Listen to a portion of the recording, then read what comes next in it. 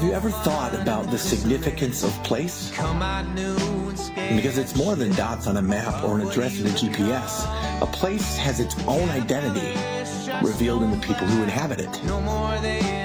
Here in western Wisconsin, we share a remarkable place, dotted with clear lakes under blue skies, cold streams that feed big rivers, hardwood forests, fertile farms. It's a place worth loving, worth protecting. And the impacts of development being faced in many Wisconsin communities are impacts that don't stop at city limits or county lines. Instead, they ripple outward through shared watersheds and landscapes and economies and futures. And we realize we're neighbors. Neighbors who know we're at our strongest when we unite over what we share rather than divide over how we differ. And it's in that moment when we truly see ourselves as neighbors that our understanding of what's possible is transformed. Because one person can use their voice to make a difference, but when a neighborhood stands together with one voice, that shapes futures, destinies. So tonight, this West Wisconsin neighborhood will find its voice and its power and will begin taking action to change its destiny. Because, friends, this place needs its people. And these people need their place.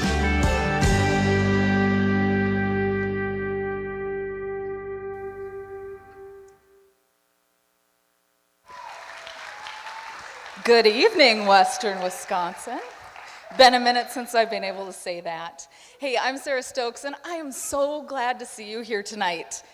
We are uniting West Wisconsin tonight.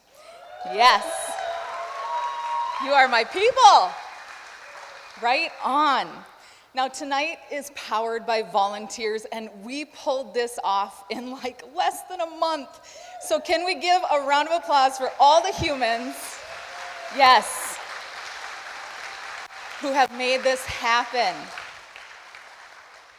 And we are here tonight because we care about the future, and we all play a part in that. The minute I heard about this vision, I was in. So are you in? Let's hear it.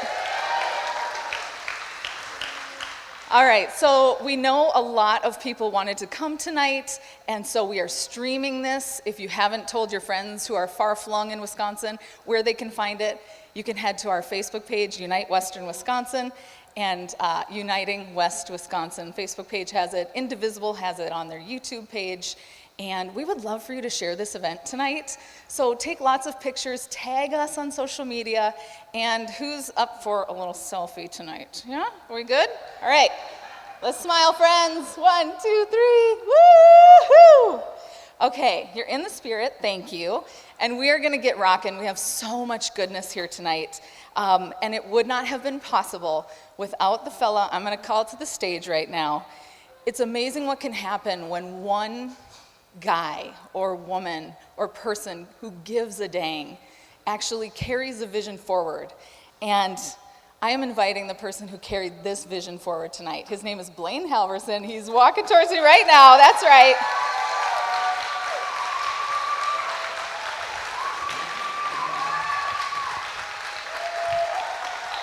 Yes. Blaine is the founder of Uniting West Wisconsin, a member of Great Lakes Neighbors United, and he's become the data center guy. Like, literally, so many people are gonna know you like that, Blaine, now. For so many towns and cities, he is willing to step up, like so many people you're gonna meet tonight. And he's from Menominee, and tonight, he gets to tell us how this vision was born. Blaine, how did this come to be? Well, it really came out of, for a long time I was concerned about us being proactive, right? Instead of playing defense. But we were having a policy discussion. It was going to be with the governor's policy director over a video conference. And I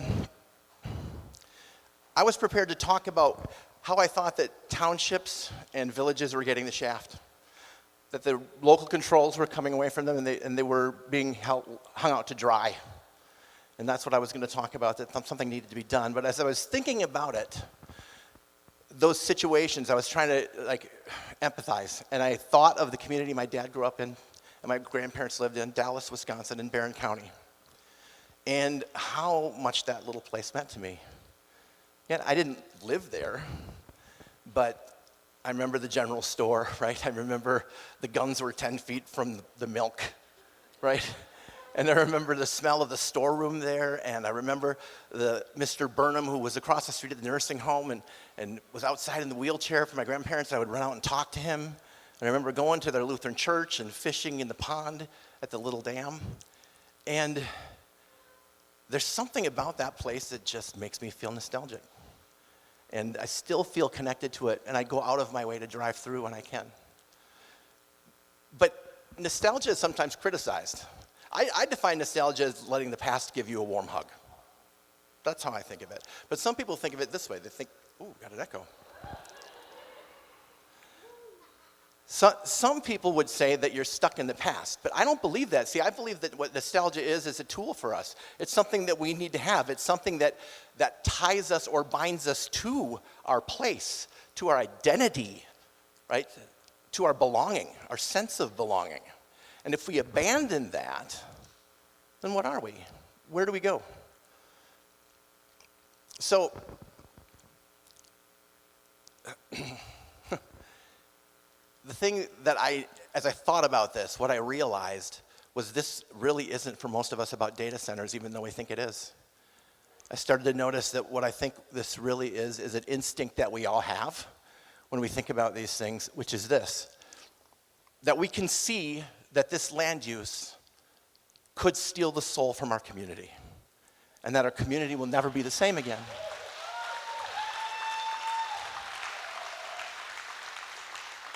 And anything that steals the soul from Dallas would steal the soul from Ridgeland and from Barron and from Cameron. So something needs to be done about that. And that is we need to rally around the thing we have in common, and that is this place that we share as a home. Now, I'm gonna have to look at my notes. I'm just gonna talk from the heart.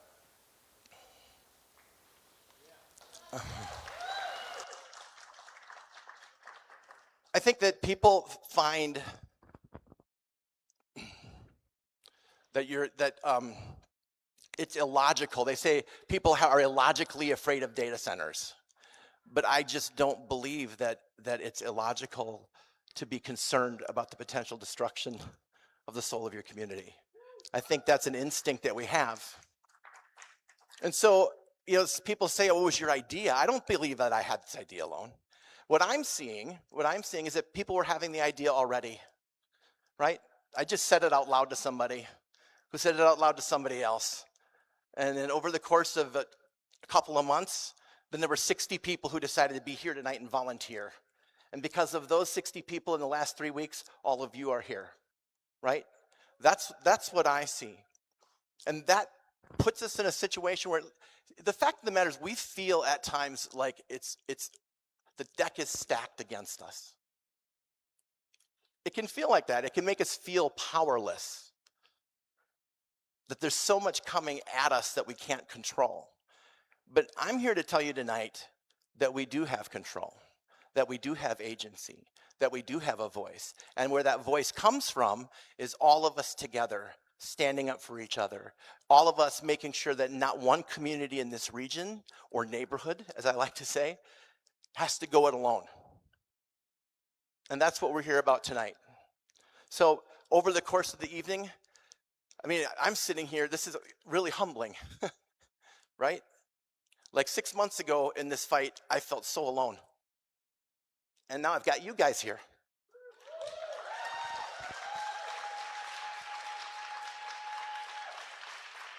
So I'm going to ask you to do something with me. Tonight, I'm going to lean in. I'm going to lean in to what's being said. I'm going to lean into the learning. I'm going to lean into the laughter. We're here about data centers and we're mad.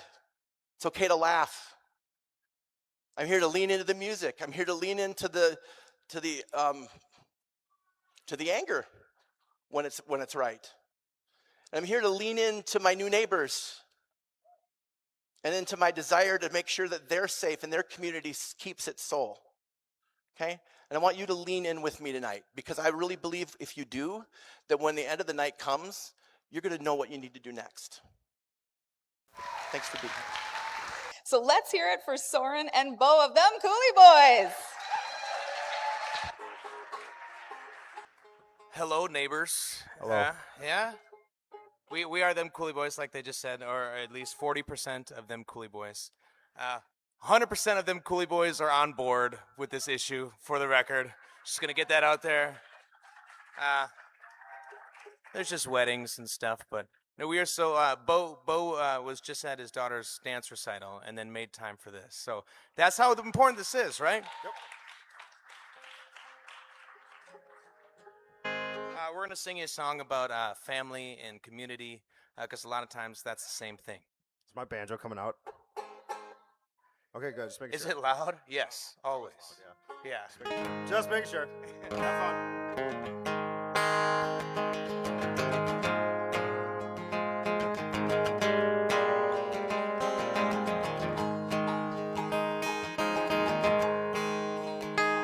Me and my grandpa, he was black and white, few years from his saints. And my father, towards flashing light, 1963. There's my grandma, standing to the side. She got my archie around her knees, only standing about 5'5", but she seems so tall to me. And I'm told I am the same face as my namesake. They're all going to the same place when we're done. Even if we all ain't got the same names, oh, I'd be proud to call you family. Should've known.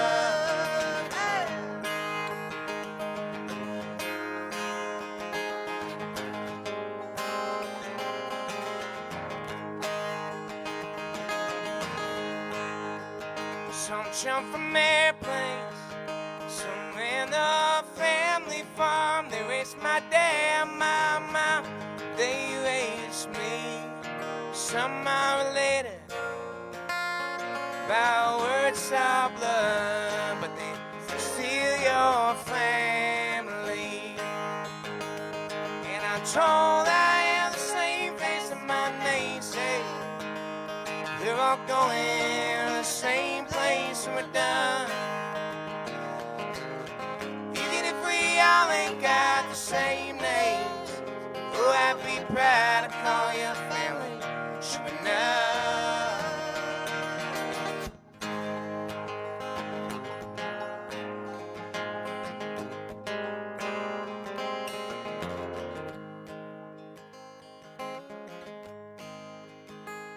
Hope I've grown to be my mother by the time I have a son. Hope he takes after my father. Hope they just be who they want. Hope my friends will all surround them like crazy uncles and aunts. Hope they know they don't have to be related to be loved. It's just love. It's just love. It's just love.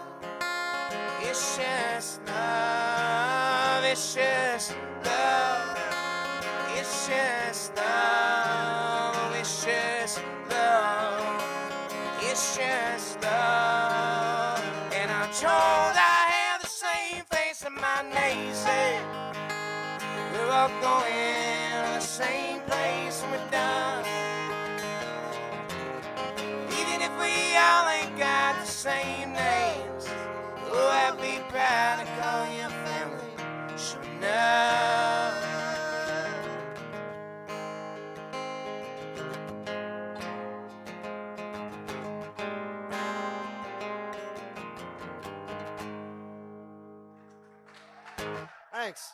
Thank you.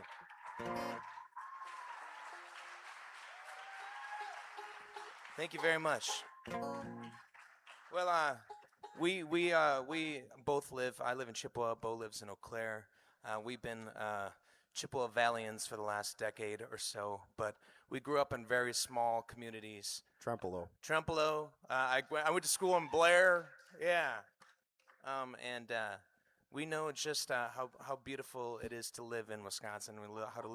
How beautiful it is to live in western Wisconsin, and data centers threaten that, and that's something that we're very passionate about. That we need to preserve the things that are meaningful and beautiful to us, and not let some rich asshole from California try to encroach on that. So we're gonna sing you a song. This is a Gillian Welch song. It's about how rich assholes ruin the music industry. So here's how we're gonna sing it to you guys. We hope you like it.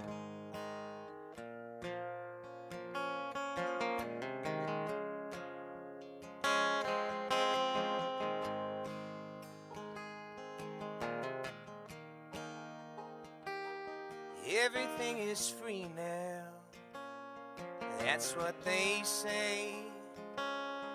Everything I ever done, gonna give it away. Someone hit the big school, they figured it out. We were gonna do it anyway, even if it doesn't pay.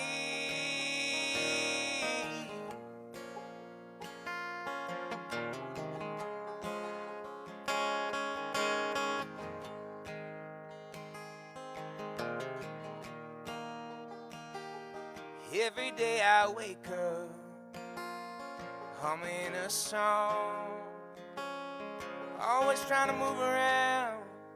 I should just stay home, sing a little love song, my lover, myself. If there's something that you wanna hear, you can sing it yourself. 'Cause everything is free now, that's what they say. Everything I ever done, gonna give it away. Someone hit the big score, they figured it out. We were gonna do it anyway, even if it doesn't pay.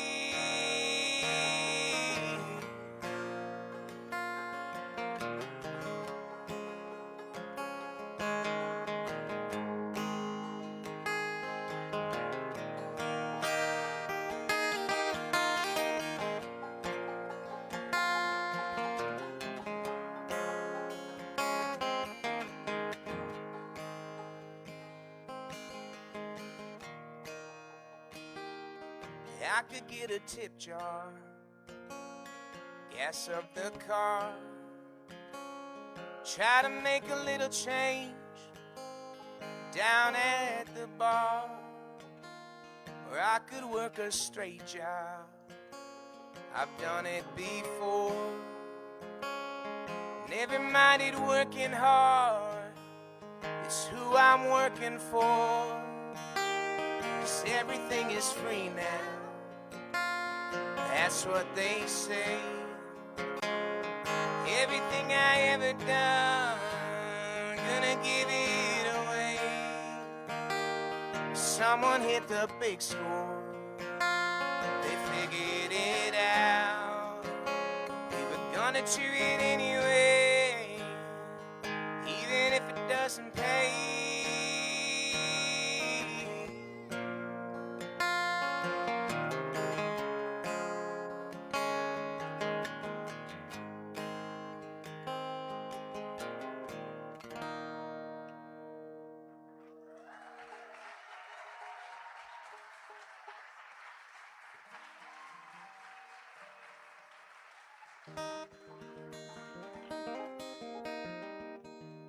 My mom taught kindergarten for 34 years in Black River Falls, Wisconsin. and she taught me a lot about how if you want to make the world a better place, you got to go and do it. I wrote this song 10, 11, way too long ago now. We've been a band for way too long, I'll tell you that. But I wrote the song before we were in a band. She was standing on the steps in Madison protesting some decisions made by some asshole named Scott Walker. Forget him. No, but I remember her. I remember her calling me, and she said, if you believe in something, you got to go and do it. I wrote this song after that, and I'm carrying that spirit today because she always says, and she still remains to this day. She says, if you want to make the world a better place, you find something you're good at, and you do it for other people. So she taught kindergarten. We're playing music. You guys are coming here today, and you're standing up to billionaires. That's a big damn thing, too. So give yourself a pat on the back for participating and going into your community and make it a better place. That's what this song is all about. We hope you like it. It's called Hammer.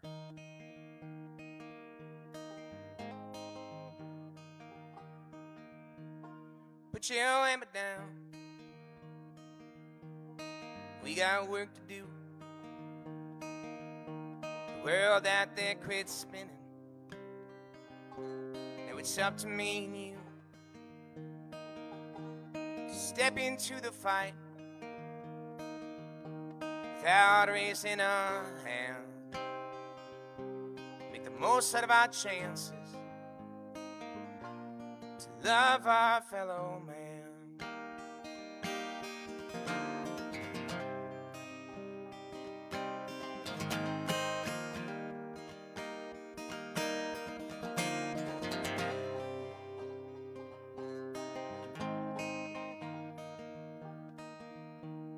Put your weapon down. You know you got your right. We were made to nurture, but our nature is to fight. Deliver us from evil. Is evil here to stay? Gotta make it to the sunrise to see another day.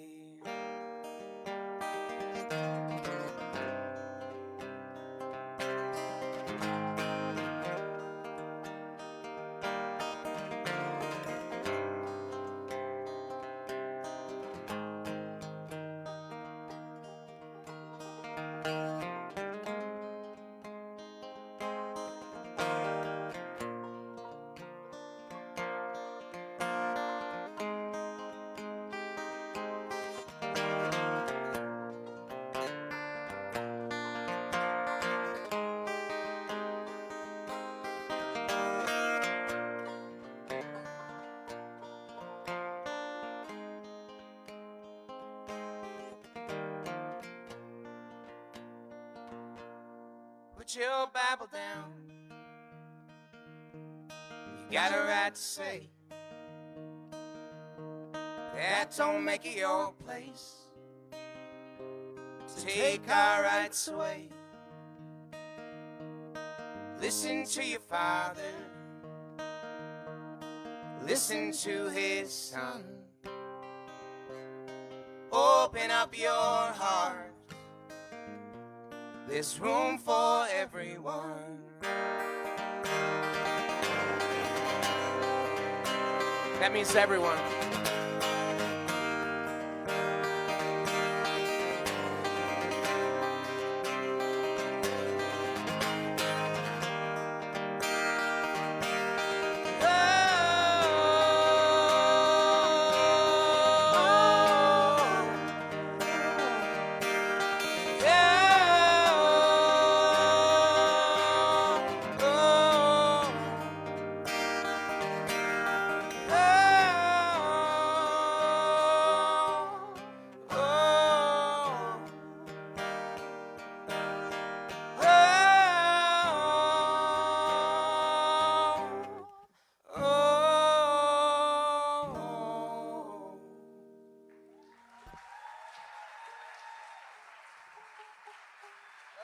Thank you. sure? We'll talk a little bit, but it's just a second. You don't want to be changed? Yeah, it's Okay, I thought, yeah. Cool. We made a switch. We're calling an audible. You guys are great. Obviously, you're here today. And one thing I do want to say, as much as some people want to make this a right versus left kind of thing, it's not. It's an oligarchs against the regular people kind of thing. It's the salt of the earth against everybody else. We truly here in them Coulee Boys and here in the Chippewa Valley, like you got to value the nature around you. You got to value the people around you, and these people coming in trying to put these data centers that would affect just our way of life. It's something you got to push back on. So we're so thankful that you guys are here. We're gonna sing you a song. I wrote this protest song a long time ago, and we hope you like it. It's called "Sign of the Times."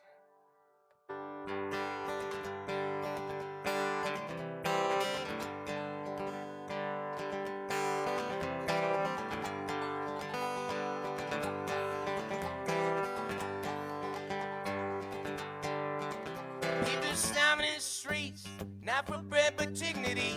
People walking in a line, never stepping out of time. Say it's okay. It's just a sign of the times. You can sing along if you want. Follow me. Say it's okay. It's okay. It's just a sign of the times. Do it a few more. Got a right to use our voice, time and place, not a choice. Pedestals on which we speak, the whole words don't mean a thing. Say it's okay. It's okay. It's just a sign of the times. Say it's okay. It's just a sign of the times. Got a right to use our voice, time and place, and not a choice. Pedestals on which we speak, though all words don't mean a thing. Say it's okay. It's just a sign of the times. If you want change, you gotta be loud. Come on. Say it's okay. It's just a sign of the times. Come on, Bo, play one.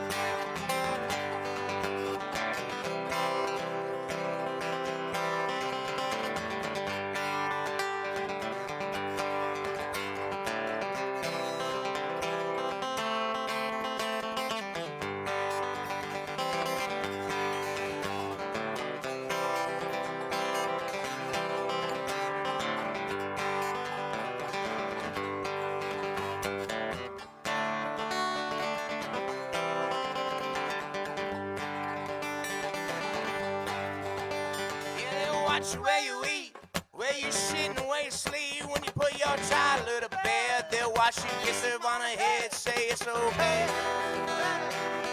It's just a sign of the times. Say it's okay. It's just a sign of the times.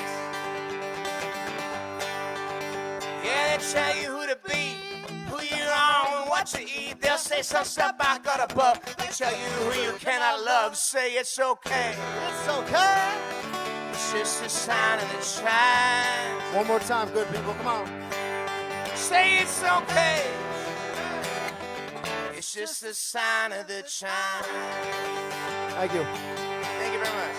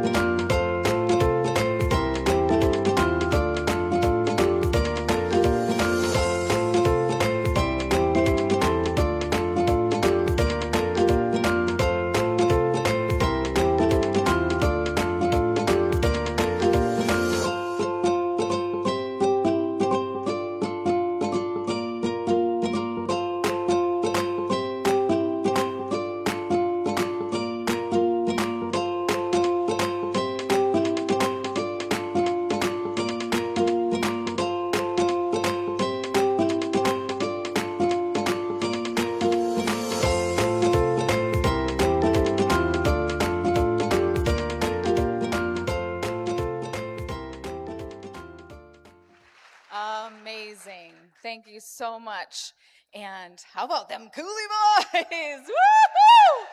Oh my goodness, so good. All right, so I am supposed to tell you that food trucks close, I think, at 8. And if I'm wrong, I'm so sorry because my brain is full. We're getting the stage set up for our next amazing speaker. But how fun that we're actually bigger than some towns tonight. Our population, right? Okay, so they're getting the stage set, and I get to welcome on a good friend of mine. Tonight we are getting to hear stories that bring home the importance of everyday people mobilizing just like we're doing right now, and mobilizing around what they care about. And no one does that better than our next speaker. Come on up, Cindy Greening. She is a rock star. She is a traveler, a screenwriter. You get to listen to your bio live. Is that okay? Okay, no problem. Cindy's going to use my mic. So I'm going to hand this to you in a hot second, but I got to tell people who you are in case they don't know you. You are a screenwriter, digital media and film professor at UW Stout, and she's most recently the founder and lead organizer of Chippewa Valley Indivisible, which began with just 28 people and now is more than 3,000 strong in under 2 years. So Cindy's commitment to this community has brought thousands together as a collective voice. And we are so glad she's lending her voice here tonight. Cindy, your volunteers are making a difference for us tonight. So huge round of applause for all of the volunteers. A lot of them are from Chippewa Valley Indivisible. Yeah, shout out to them. All right, my dear, I think we're just about ready. Are you ready? We both said we were nervous tonight, so we get to be here together. Okay, thank you. Everybody, Cindy. Hi. The worst thing about going first is you have to follow Blaine and the Coolie Boys. The best thing about going first is if I'm bad, by the time you see Charlie Berens, you won't remember. It'll all be done. So one of the things, those of you who know me know I like to keep my speeches to about 2 minutes. And Blaine said, yeah, we want 6. I'm like, 6? And he said, and we want you to tell a little more personal story. So this is something you guys don't normally hear from me, which is a reflection on a country that means a whole lot to me, that was going through something very similar to what we're going through now and lost. So here we go. In 2006, I took 21 film students and faculty advisors from Mesa, Arizona to Zambia, Africa. I think I'm supposed to have some slides. Are they there? Oh, good. Can you go one more? Well, it doesn't matter. Okay, who cares? There I am in Africa. Anyway, I went to Zambia, Africa with all these folks to make the first feature film in that country, the first. And it wasn't a film about Zambia, but it was a film written by one of our Zambian film students. We knew it should be created with Zambian actors and artists. It wasn't our film to make, it was their story to tell, and so we went along just to help. Toward the end of filming, these lights are like right in my eyeballs, just so you know, can't see anything. Toward the end of filming, we loaded everyone onto a bus and drove through the night to Victoria Falls. And as we drove, oh, there's that slide now. And as we drove hours and hours and hours in the dark, I started noticing something out the window. Distant fires, small ones, hundreds, scattered across the landscape like stars that had fallen and settled into the hills. You know what they were? Cooking fires, village fires, because there was no electricity at all. And something about that hit me in a way that I wasn't prepared for. It felt like, and I know you're going to find this hard to believe, it felt like home, like I was driving in rural Wisconsin at night. You know how remote and quiet and isolated it can be? The kind of dark that swallows you up whole. Some of you knows what that feels like, right? If you grew up like I did on a farm in Tilden, if you ever drove home on a country road at midnight, anyone driven home at midnight? On a moonless night? Holy cow, look out for that deer. You know, that dark. Except these people out here, they weren't choosing the darkness. It had been chosen for them.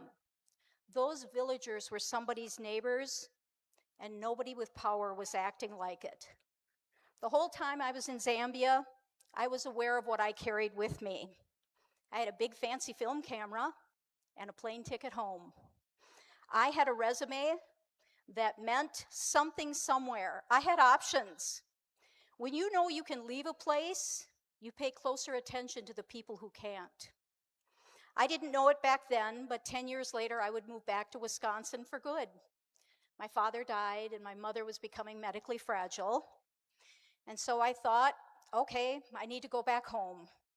And after 38 years, I am an old lady, just so you know. After 38 years in Arizona and Los Angeles, places where I had options and a career and a life that made sense on paper, I came home to my people here.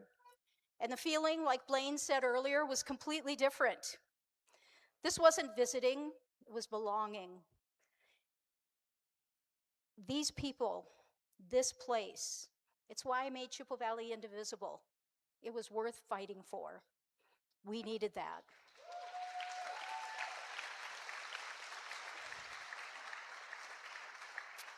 In Phoenix and Los Angeles, I had watched money concentrate in corporate towers and gated neighborhoods in the hands of a few very extremely wealthy people who extracted everything from the people around them and called it success. But at least in those large urban areas, the infrastructure held. You know, the lights stayed on. And when I came back to Western Wisconsin, when I moved back, I started seeing it the way I had seen Zambia from the bus window. It was beautiful, remote, resilient, and it was quietly being drained of all the things that made it our home. Foxconn, the sand plants, all of the disappearing farms, the threats to our land and water, the neighbors who left and never came back. Some of you know who I'm talking about. The extraction had been slower up here, quieter, easier to miss if you'd never left. But I'd left. So when I came back, it was startling to me, the change. Anyway, Zambia, for those of you that don't know it, was a nation that held itself together from 73 different tribes. Did you know that? One of the fellows that we filmed with, he said to us, you know, Zambia is 73 tribes of cowards. We all ran away because we didn't want to fight, which I thought was hysterical. So different tribes, different beliefs, different reasons to mistrust their neighbors. And yet, after their independence, they had done something remarkable. They had looked at everything that separated them and decided that the threat was bigger than their differences. And the people who had almost no reason to trust each other, found a way to come together, which is what I'm hoping for us. I thought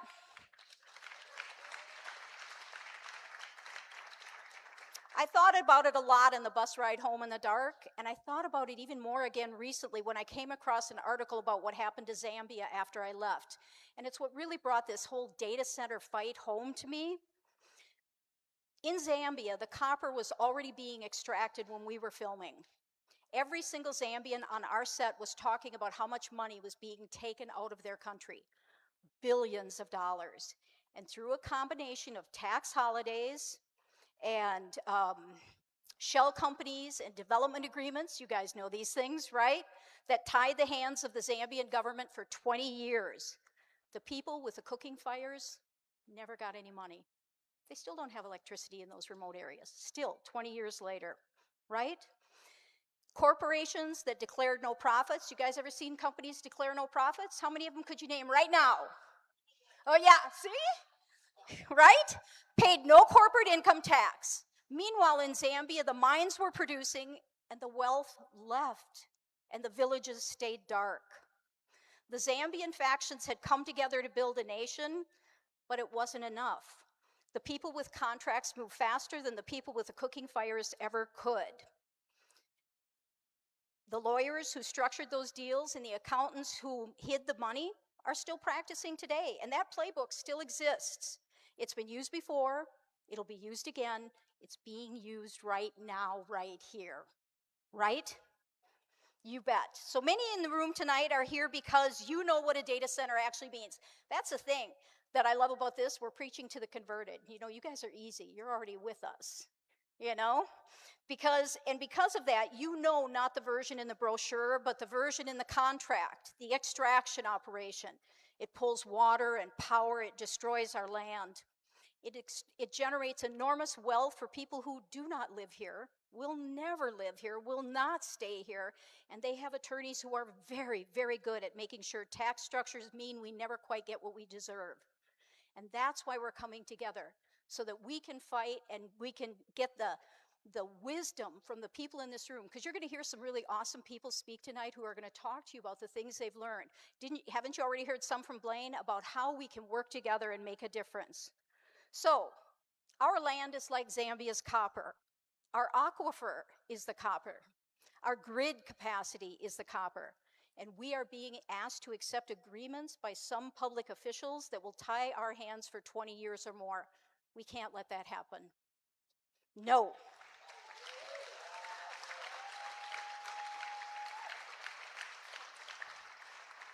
I'm almost done, I swear. God, this feels long. Is it long for you? It's really long for me. Okay, I was ready to be done 5 minutes ago. Okay, here's what I also know. 18 months ago, 28 people showed up to a meeting in Chippewa Falls because they were scared and angry and didn't know what else to do. Tonight, there are 3,000 of us in Chippewa Valley Indivisible, many of them in the crowd tonight. Can I hear you? Thank you so much. I love it when you prove my point. But it's not just us. Other grassroots organizations like GROW, like Great Lakes Neighborhood United, like all of our partners. Where's my partner list? Geez, they keep switching my slides on me. This reminds me of when I used to teach. I turn around and who knows what was going to be behind me. Anyway, they are all experiencing tremendous growth as neighbors come together to face this existential threat to our land and our way of life. Across this valley, across this state, people who thought they disagreed about almost everything are finding that they agree about this. People who haven't been in the same room since the last time they had to be are coming together. And that's not nothing. That's everything. Only this much. I'm almost there. Okay? I'm sorry. Can you tell I'm used to short speeches?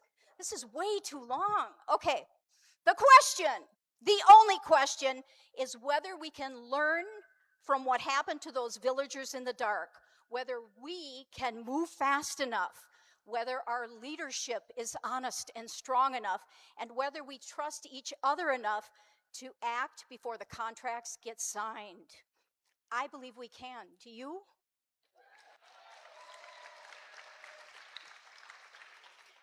I have seen in Zambia what it looks like when people decide that the thing in front of them is bigger than the things that divide them. Our secret weapon is us. You've heard it tonight. Blaine has said it, Danny said it, everybody's saying it, right? When we come together, we have the strength. And it's more than coming together. When we come together with the right action at the right time, which is what we're doing right now, we have a common goal. We have a thread that unites us. And now we're going to weave us all together. I don't want our villages to go dark because we weren't paying attention. We have a chance that they didn't have in Zambia. We know the playbook. We can see what's coming. And our neighbors are counting on us, all of them. The ones in this room and the ones that don't know they need to be here yet. We need to get them in here with us, don't we? Awesome. We are one state, and this is our fight now, right now. Thanks for being here.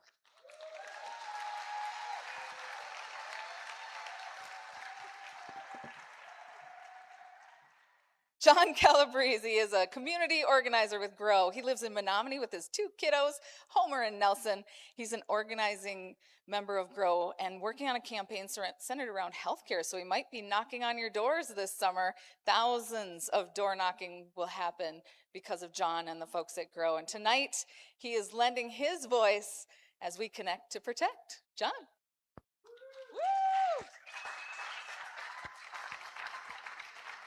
Thank you, Sarah. How do we sound, everybody? All right. As Sarah said, my name is John Calabrese. I am an organizer with GROW, which is Grassroots Organizing, Western Wisconsin. Yes, thank you. And I just want to say, I was trying to think of the word to describe how I feel today about this gathering and about data centers in general. And just hear me out. But when I think of the proliferation of these things all across the country, and once you start paying attention, as a lot of you have, you probably can't stop paying attention to all of it. But as an organizer, I feel grateful. And I'm going to try to explain to you why. When I was 8 years old, my Aunt Katie handed me a brown paper grocery bag, and she said, "This is for you." And I took it, and I reached inside, and the first thing I pulled out was a red pennant, one of those triangle flags, you know, and it had Bucky the Badger on the left side, and the word Wisconsin in white block letters getting progressively smaller towards the point. And I reached back in the bag, and the next thing I pulled out was a worn Green Bay Packers t-shirt. And I looked into the bag, and the only thing left was a plastic container that had over 100 totally random Milwaukee Brewers baseball cards. And I looked at my aunt, and she must have seen the look on my face, and it probably looked perplexed as I stood in my house that was located in western New York State, where she also lived. And I said, "Thank you." And she said, "Well, your Uncle Gene and I went on a vacation to Wisconsin, and we went out into the country to an estate sale, and we thought maybe you'd like these things." And I thought, well, she's a big baseball fan, and she knows who my favorite team is, and I'm not going to tell you all here what my favorite team is.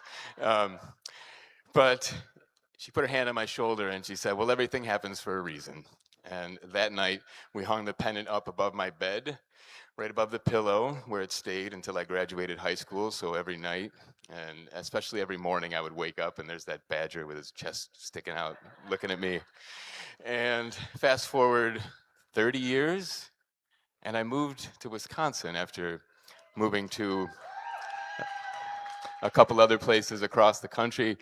And maybe it was the experiences of the other couple places, but I just felt warm and home, and the neighbors were so accepting, and not in an effusive, over-the-top way, just in a natural way. I was here, they were here, we were here, and it was just wonderful and welcoming. And I remember my first August here, my neighbor Barb was outside doing something, and I was milling around the yard. She says, "You know, you're going to want to make sure you lock your doors at night this time of year on your car." And I was like, "Why?" And she's like, "Well, you know, your neighbors, they might put a box of cucumbers in there if you don't." And so that was the neighborhood. And I remember later that fall, I saw an ad in the paper for an estate sale out in the country, and my Aunt Katie had recently passed away, and it just clicked with me. I'm like, "Ooh, a Wisconsin estate sale out in the country."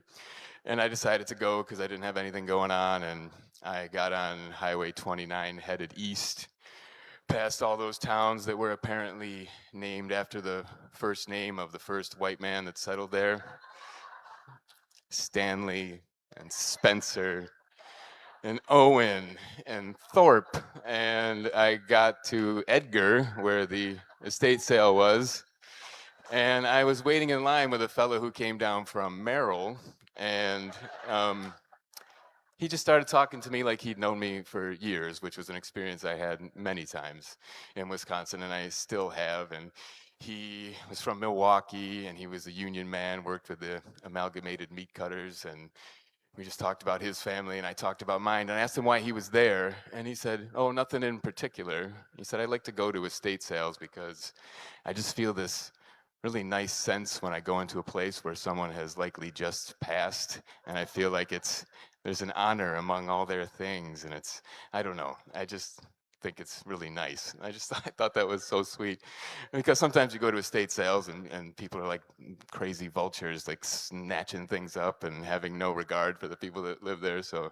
I was really appreciative of that dude. And we got in, and he went to the left and I went to the right, and there was a table where the estate sale folks had put together all the sports memorabilia. And I looked down, and there was a pennant. And if it wasn't identical to the one that was above my bed, it was super close. And next to it was a stack of random Milwaukee Brewers baseball cards. And I was leaving, and I saw the fella from Merrill on the way out, and he's like, "Well, did you get anything?" And I said, "Well, yeah, I found this pennant and these baseball cards. I can't believe it." And he put his hand on my shoulder, and he said, "Well, everything happens for a reason." And I was just like, "Oh, come on now." And I drove back west on 29, and it was that time of year in the fall when all the political signs were going up, and it kind of harshed the mood that I was in, because I had been there long enough at this point to realize that political season was pretty much the only time in Wisconsin when I felt that home feel, that really community feel, kind of get fractured, and people would put signs up in their yards as sort of like barricades for my side versus your side. And I remember walking down Elm Street in Menominee, where I live, and there's these two houses that really get into it every year, and I go for walks a lot, and I could just see it, and they would like be in their yards tidying up for the winter with their backs towards each other and like not wanting to engage. And I just was like so eager for the political season to be over. I hated that time of year because it just messed with everything I felt about Wisconsin and everything that made me feel like I was home. And last year I was walking down that same Elm Avenue in Menominee, and I saw these signs pop up for the first time ever, and they were no data center signs. And I look up ahead at these two houses, and they each had a no data center sign.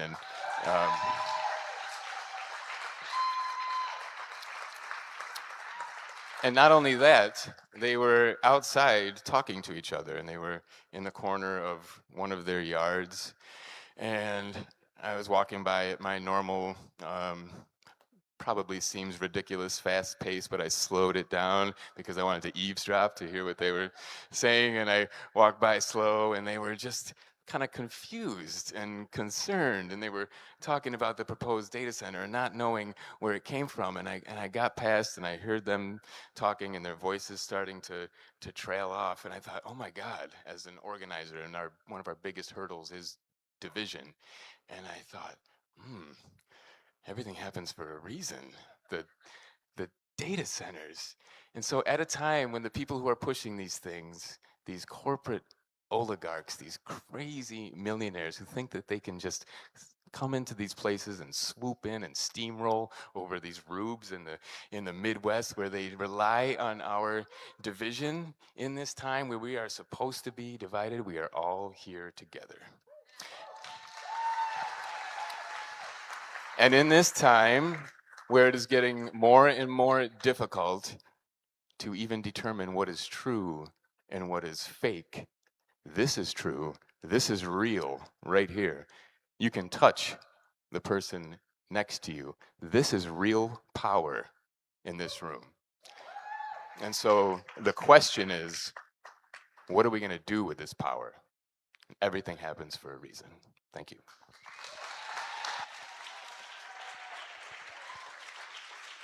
Thank you, John.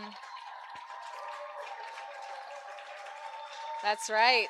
Our next speaker is not afraid to speak up for the underdog. Sarah Zarling is a social and environmental justice advocate whose work focuses on spreading the truth, seeking justice and accountability, and increasing transparency. She has traveled all over the states and even to Canada to document the ways people are paying the price at the hands of industry. And we are so grateful to Sarah for sharing her story tonight. Thank you, Sarah.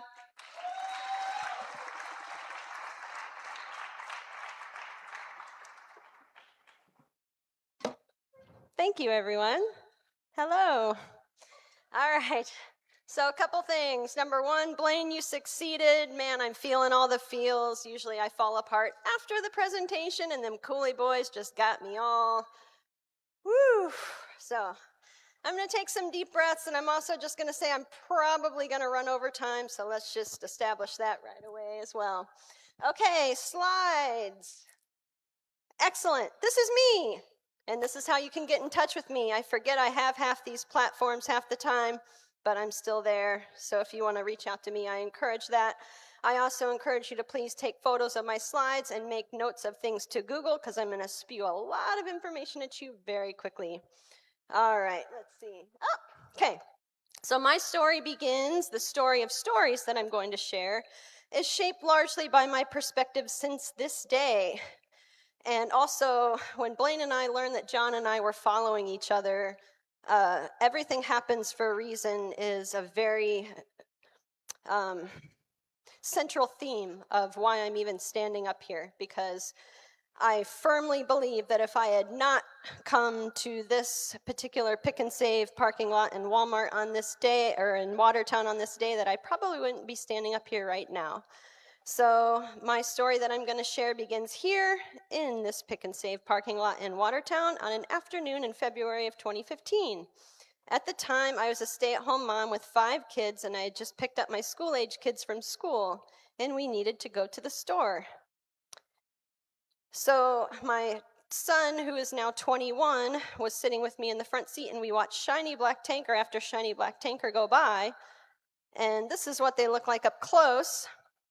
This was taken when this train derailed near my home at the end of my block later that year in 2015 and spilled oil on the ground near a park where I took my kids to play, but that's another story. So when I saw the oil train in the Pick and Save parking lot, I sort of like innately knew what to do, and I became, I sort of believed that this was my destiny. And so I went home and I looked it up, and I discovered that one of these trains had derailed in a town in Canada and incinerated 47 people and everything in its path. You can see in the photo there.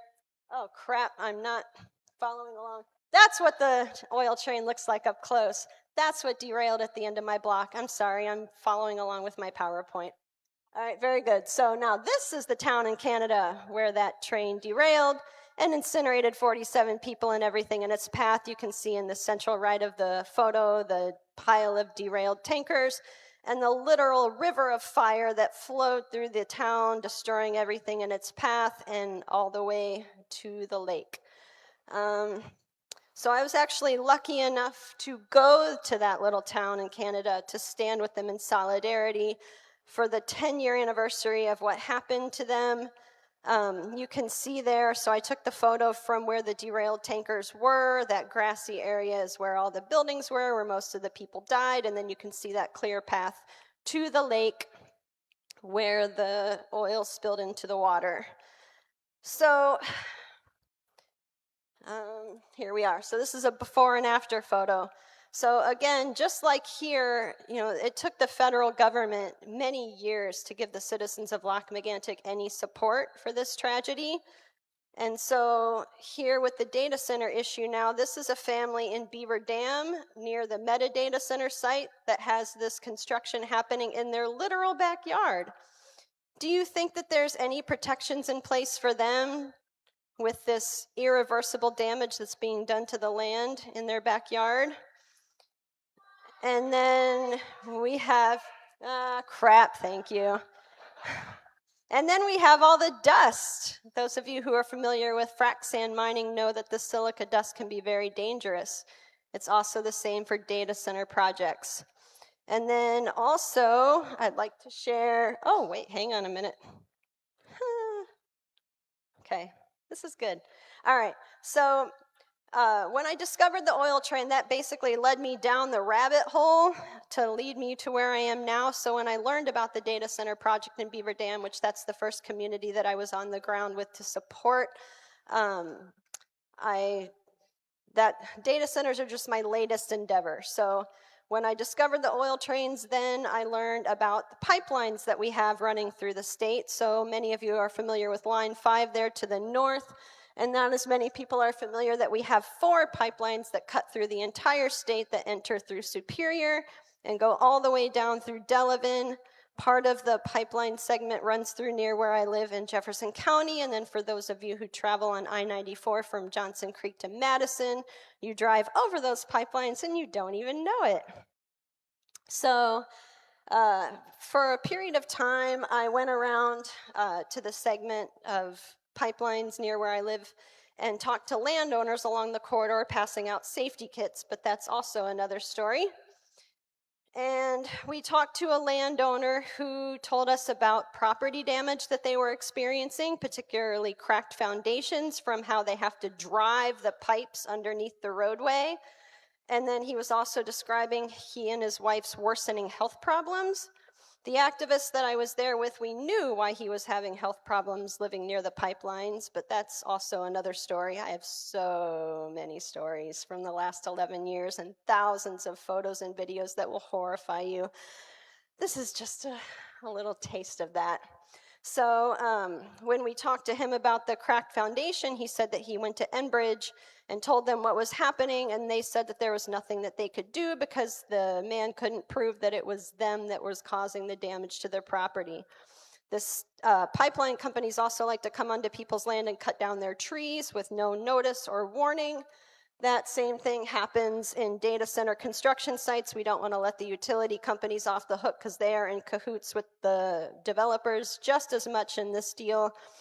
So this is a family near the site in Beaver Dam that Alliant Energy came onto their property and cut down their trees with no notice or warning. So let's see, now this. I also was lucky enough to go to East Palestine, if you remember, the train derailment and subsequent chemical poisoning that happened there 3 years ago. So this is the plume that went up during the controlled burn that they did of the 5 tank cars after the derailment. And there's about 200 chemicals in this plume that went up that stretched and spread over multiple states, and even towns up to 30 minutes away could see the darkness and smell the chemicals.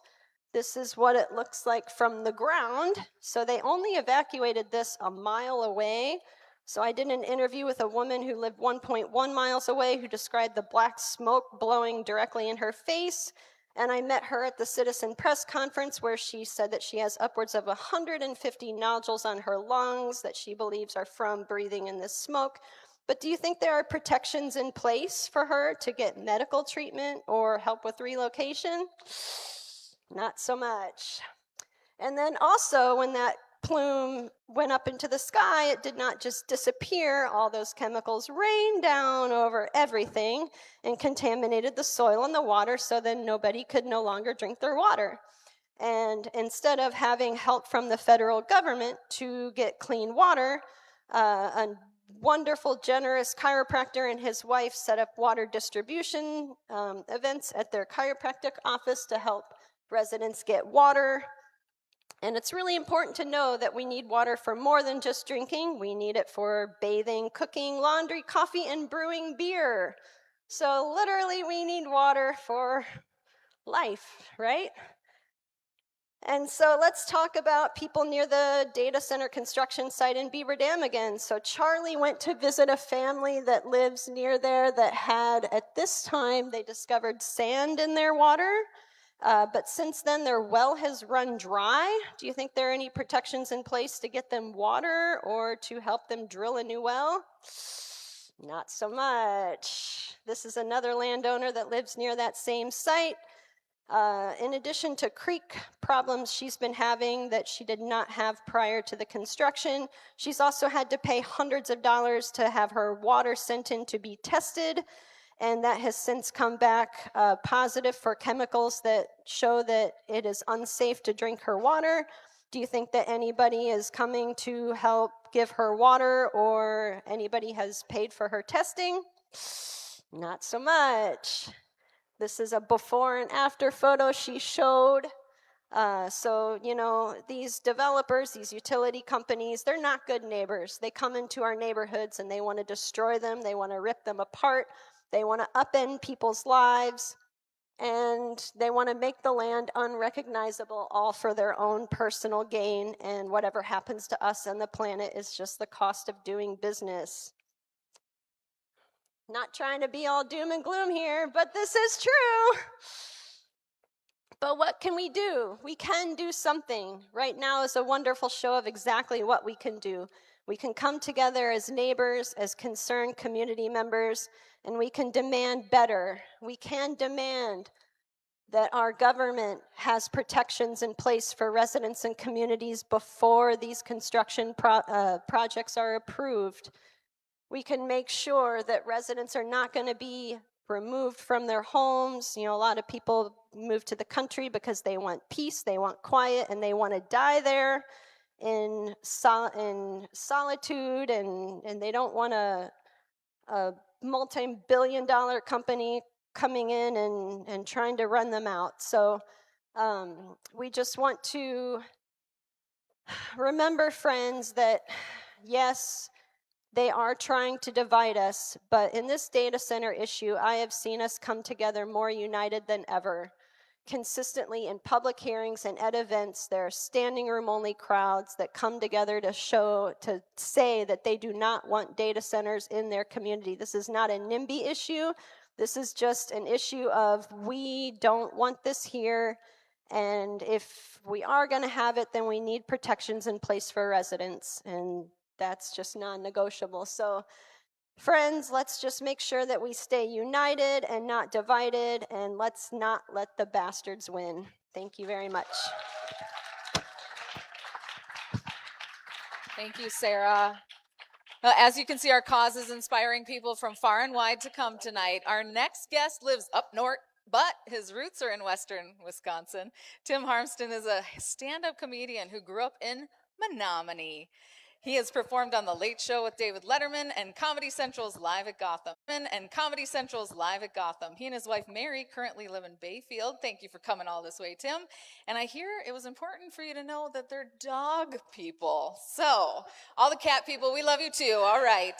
Let's give it up for Tim. Yay! Hello! How are you folks doing tonight?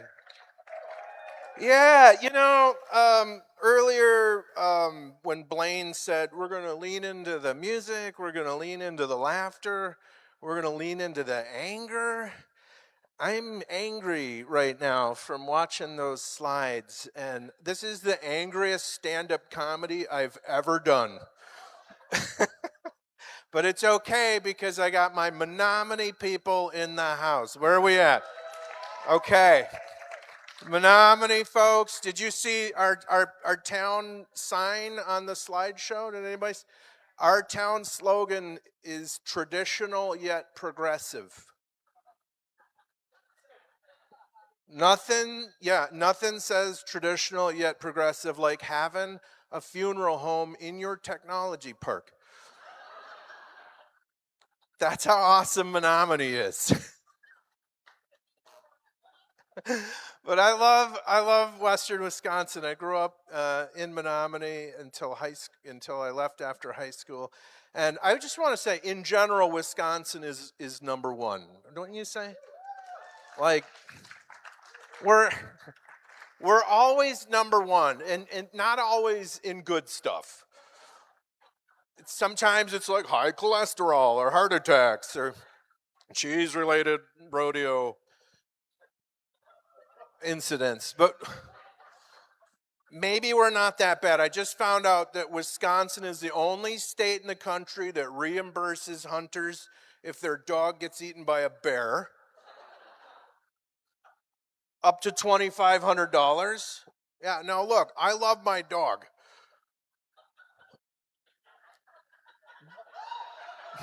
But when he gets old, we are going hunting. And Chihuahua don't normally hunt bear. We're only going once. No, I don't. I don't hunt. And that's not because I don't support it. I don't hunt. I support you if you do. I don't hunt because you can't show up in the woods in a Toyota Prius. You can't shoot a deer and put it on the front of a Toyota Prius. drive it down Main Street. The deer's embarrassed. The deer's like, just shoot me again. This is embarrassing. Have you ever charged your Prius at Target with a deer on the front? You gotta have a truck. And I've always wanted a truck, but I don't have an extra $130,000. But my wife is super supportive. She's like, just go to the dealers, see if they got any deals, ask a few questions. So I went in, and this big burly truck salesman comes out, and he's like, what kind of tow ratio are you looking for? I have no idea what that means. I was like 5 on each foot, I think. Okay, that should have done better. That should have done better. This is Western Wisconsin. That's like bring down the house level dad joke. Now I kind of grew up in a wooded, I've never even owned a chainsaw before until my wife got me one recently. It was an electric one from Aldi. Yeah, there's no outlets in the woods. This feels so good. Just to be in a room with people laughing, doesn't it? It just feels good. And it's just seeing people together. I've had kind of a tough stretch recently. I tore my rotator cuff during a prostate exam. It was a telehealth visit, and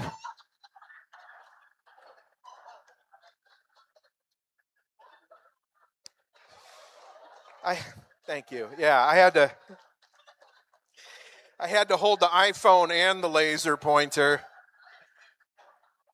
The doctor's like, zoom out. But I'm here because I'm a fisherman. So I fished for trout I fished in Dunn County, in the streams of Dunn County, and now I live in Bayfield County, so I fish the Lake Superior Class 1 trout waters, and it's my passion. My wife and I, we camp. We fish when we camp, and we bought a used camper. We wanted to kind of start used, so we bought a 1977 Scamp. Yeah, 9.5 feet long. It holds 2 angry adults and 1 fart. But we can't even get it up the hills. We can't even get up because we're towing it with a Prius with a deer on the front. But we're in the Upper Peninsula, beautiful area, and we're going up this hill, and I'm like, oh my God, we got to the top.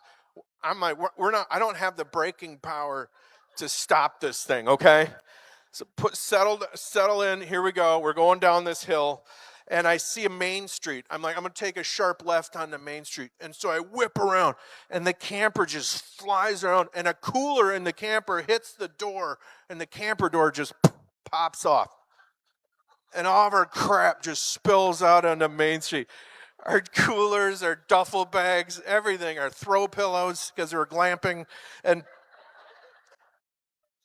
we had no idea. So 3 miles outside of town, I'm just driving along, we're having a great time, and I look in my side mirror, and I see a Harley Davidson rider, and he's coming up real fast, and he's got a big gray bushy beard, and it's like flopping. It might have been you, sir. Was it you? No. It was just flopping, and he's coming up real, and he's got something in his hand that looks like a snake, and he gets real close, and he goes, "Is this your CPAP machine?"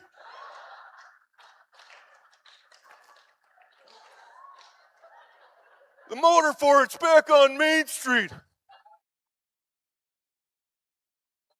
So I turned to my wife. I said, "Honey, I think I'm going to do a U-turn, go back to Main Street, grab my CPAP motor."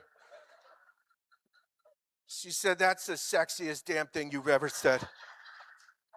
Take me now." So I took her now back to get my CPAP motor. But but we do camp. We love the outdoors, and I know the data center. There's nothing that I'm going to tell you that the experts and the people won't. But I will just say that part of the thing that bothers me is the noise that they make. And I just watched a video of this one in Michigan. Did you see that one? As a guy had a data center in his backyard, and it was just like, and so he showed it to my wife, and she's like, "That's what it sounds like when you tell me about your fantasy football team." Like Jordan Love. It's just. But I will end. Thank you for Blaine for letting me entertain, and there's so much more fun tonight and information. But I just will say, we got great people over here sign up and do all the stuff. And I have a thing personally, a little charity that I do. You can see it on my website. I have CDs. I have 3 albums on Apple Music, and you can buy them. They're $9.99 each, and a portion of the proceeds go to a cause. It's very dear to me. It's called the Smile on Sunday Foundation. It's an organization that provides grief counseling to Viking fans on Sundays, and every penny helps. So you guys, thank you so much.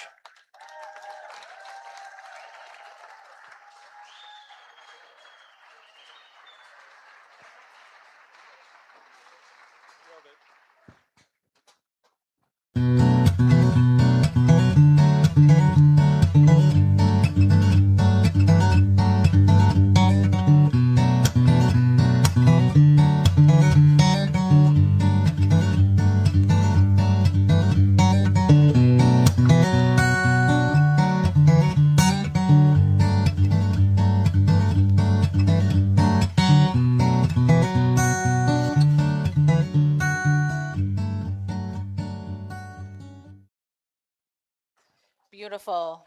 As we are hearing tonight, the impact of hyperscale data centers touches every area of our life, and of course, that includes our health. Dr. Brittany Keys is a physical therapist and the Clean Air Policy Manager with the statewide nonprofit Healthy Climate Wisconsin. Brittany is a champion of clean air initiatives across the state because clean air saves lives. Please welcome Dr. Keys to the stage.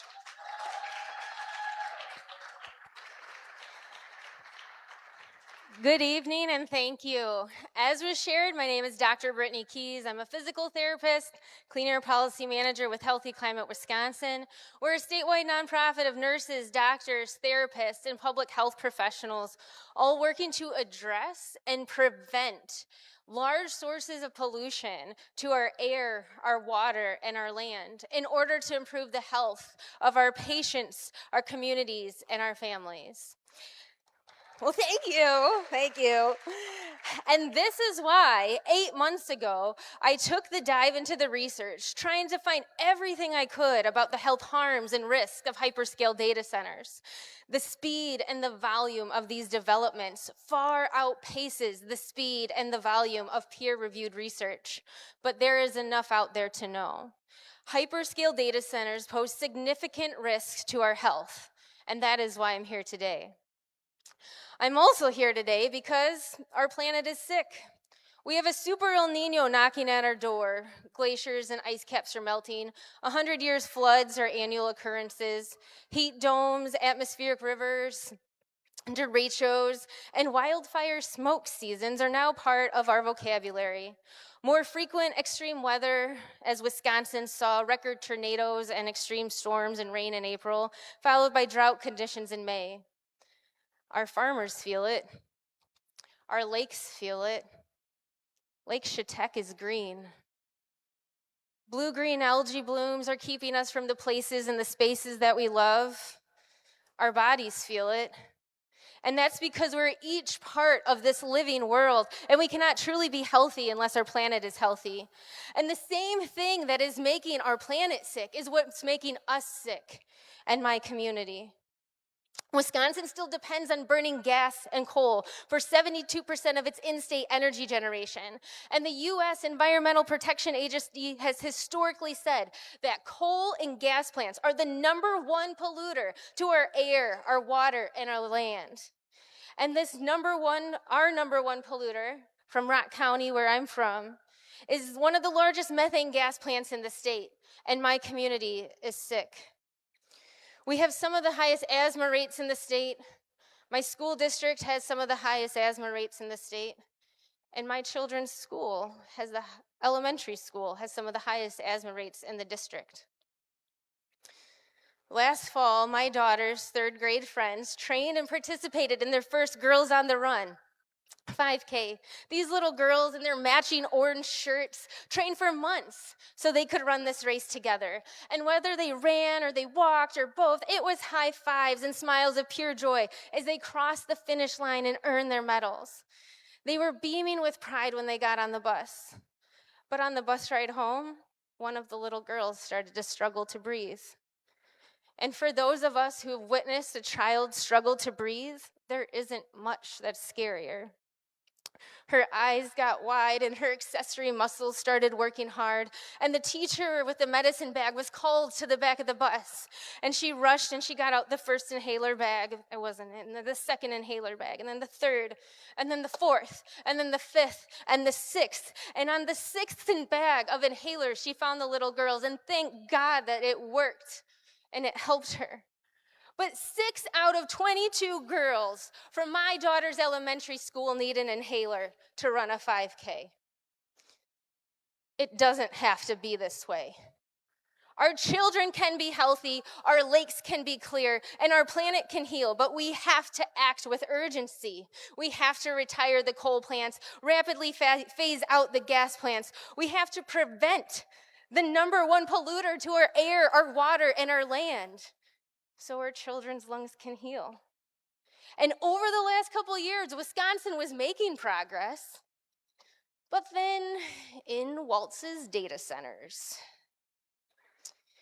These developments take a lot of energy.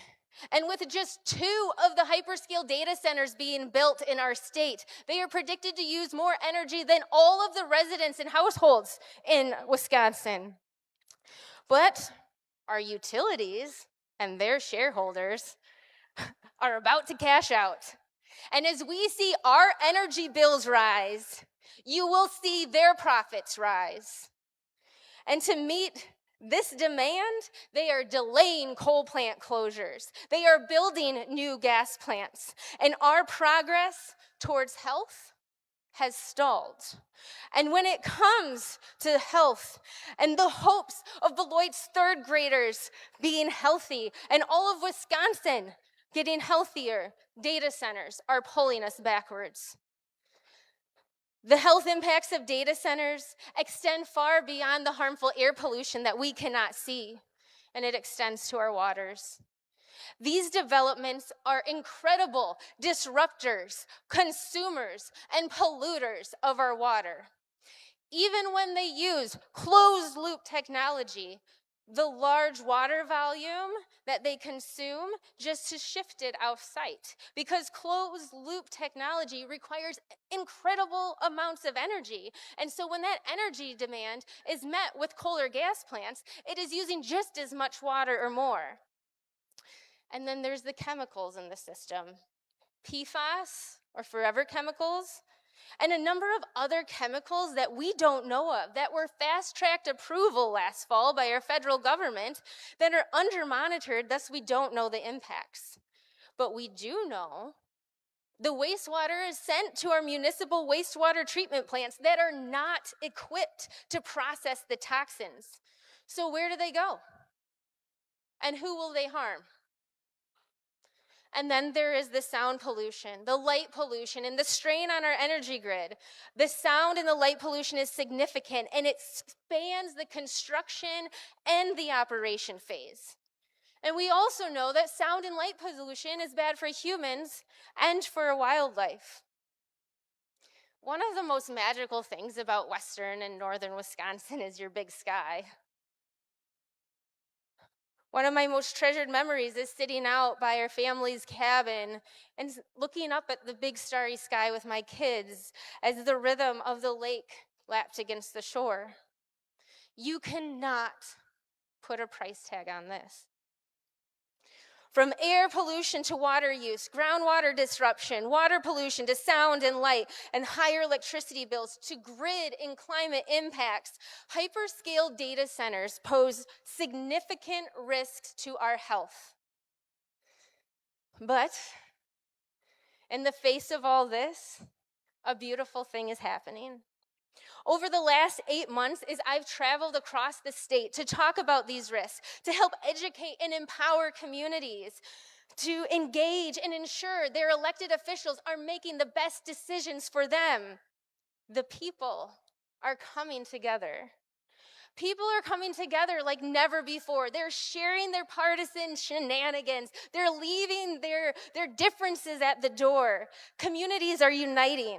They are defining what they value, what they want to protect, and what they want to leave for the next generation.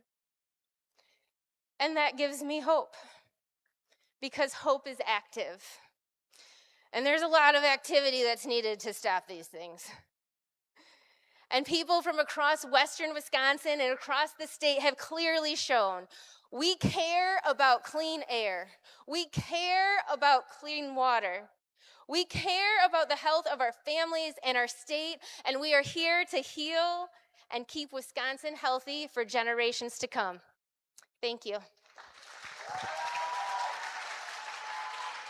Incredible energy. Thank you so much, Dr. Keys.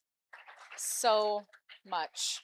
Well, who is ready for some music? I remember seeing our next artist on TV, and she is here in person tonight to sing for us. Madeline Bailey was born and raised in Boyceville. Let's give it up for Boyceville. She is a world touring musician, songwriter, and YouTube star. You may have seen her on America's Got Talent, or perhaps you're one of her 9.6 million YouTube subscribers, or 1.6 billion total viewers. Simon Cowell gave her a standing ovation on national television. Let's see if we can match that tonight. Let's give it up for Madeline Bailey. Hi, my name is Madeline Bailey. I'm here tonight with you guys because my brother forced me to be here. I kid. I actually canceled a pickleball tournament in order to come here tonight, so priorities, right? No. I love Wisconsin. I love Wisconsin, except between the months of January and May. If we could just delete those, I'd be happy with that. But without the polar vortexes and my car not starting for 3 weeks because it was too cold, would I be the person I am today?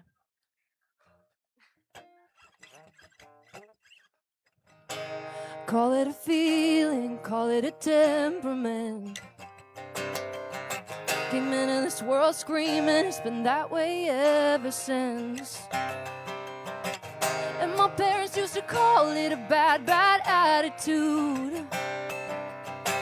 Been ruled by the moon since 1992. What you see is what you get with me, I fear. Won't find what you're looking for at the grocery store this time of year. I was built for weather that's extreme, and I just arrived or I'm already leaving. So in love until it turns to screaming.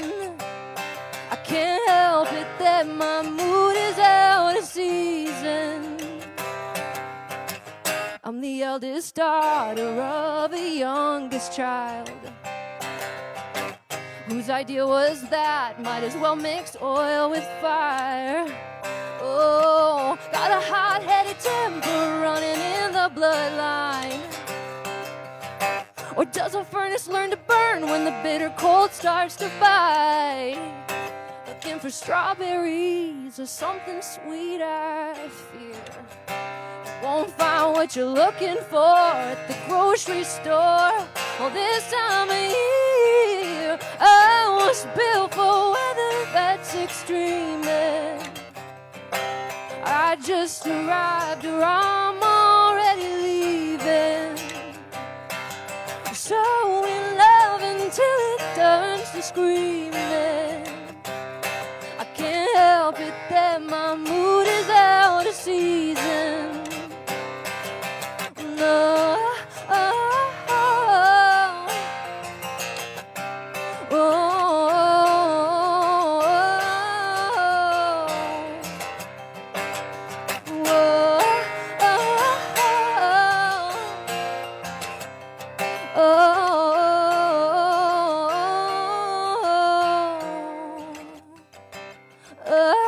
was built for weather that's extreme. I just arrived or I'm already leaving. So in love until it turns to screaming. I can't help it that my mood is out of season. Oh.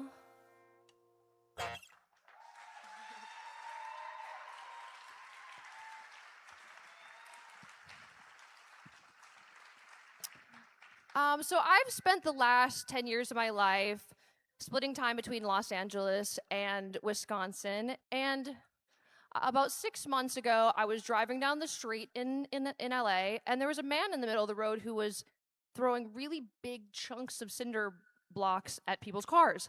And I thought to myself, Wisconsin sounds really good right about now. So 6 months ago, I kind of scrapped my whole project. I built a studio here in Wisconsin so I can make my music here. And yeah. So I live back in Menominee now. And so tonight we're all here to throw some 2 cents around. And I thought, why not throw a little bit of Midwestern dad 2 cents into the equation here tonight.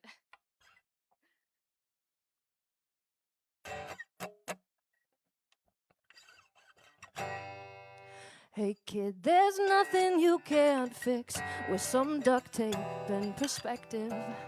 Take a walk with me, your problems will be right where you left them. And therapy ain't cheap, and you know breathing's so underrated, and it's free. Reading it in a book is one thing, but real life is another. You're stubborn and you're smart, you know you get that from your mother. You don't need a degree to learn common sense and hard knocks to get that free. Oh,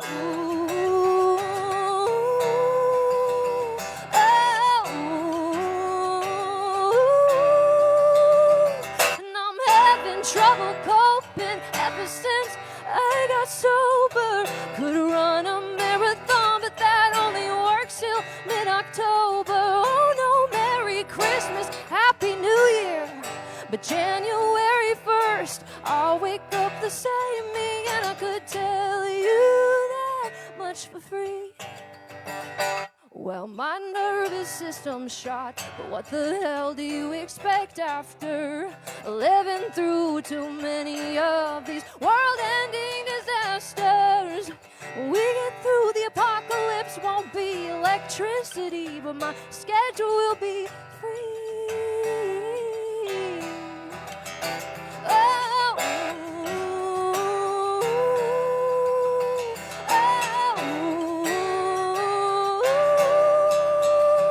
and I'm having trouble coping ever since I got sober. Could run a marathon, but that only works till mid-October. Oh no, Merry Christmas, Happy New Year. But January 1st, I'll wake up the same me, and I could tell you that much for free. Oh, ooh, oh, ooh. I changed my zip code and fixed my teeth, built a new persona. Turns out that I'm not half as evolved as I was hoping. The second I touched down in Minnesota, I step into my old jeans and slip into the old me, and I could tell you all that much for free.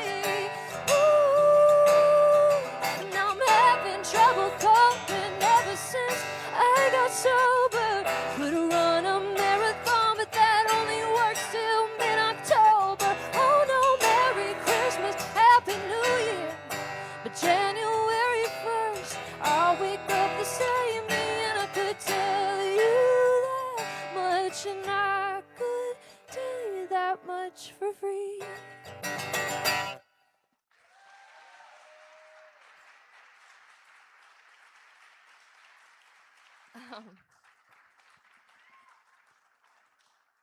So there is a very distinct quality about Midwestern people that I really, really respect, and it is our resourcefulness. We really use what we have, like the Cool Whip containers that we put our leftovers in. So naturally, when I found myself with an abundance of hate comments left on my videos on YouTube, I was like, I think I should just turn this into a song.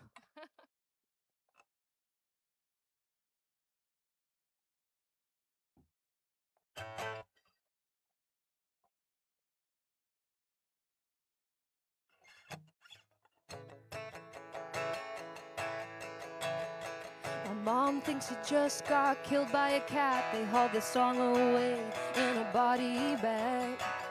Eat a murder, eat a burger. Why do you make every song sad? Her voice is so trash, her voice is very bad. Bad, very, very bad. Very, very, very, very bad. I would feel bad for my neighbors if I did that to them. You can't sing. She's so overrated. Am I the only one who really hates her? I don't understand the hype, and sorry, I just unsubscribed. You make the worst covers ever, song destroying machine. I'd like to hear her singing in front of me. I know it'd be lame, totally lame. If you're looking for advice, even though you suck at singing, don't try so hard. Leave Earth, just stop, quit YouTube. Oh, and if it doesn't work out, you can always try corn. She's so overrated. Am I the only one who really hates her? I don't understand the hype, and sorry, I just unsubscribed. She's so overrated. I used to love the song, but now I hate it. I don't understand the hype, and sorry, I just unsubscribe. Why, why does anybody like this? Don't confuse this comment for hate. But that said, this sucks big sweaty with a side of nachos.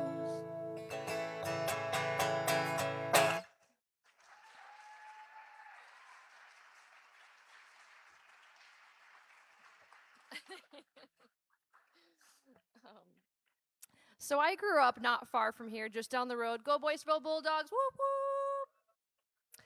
Just kidding, we were terrible. We were a terrible team. But when I describe Wisconsin to people who have never been here, I usually say, not a lot going on there. But it's green, and it's beautiful. And after I had my daughter, I decided that I had the most magical, amazing childhood here in Wisconsin, and I wanted to give her the same quality of childhood that I had. So it's a big reason why we wanted to move back. And as it turns out, not a lot going on. Green and beautiful is not nothing, and is in fact something quite special.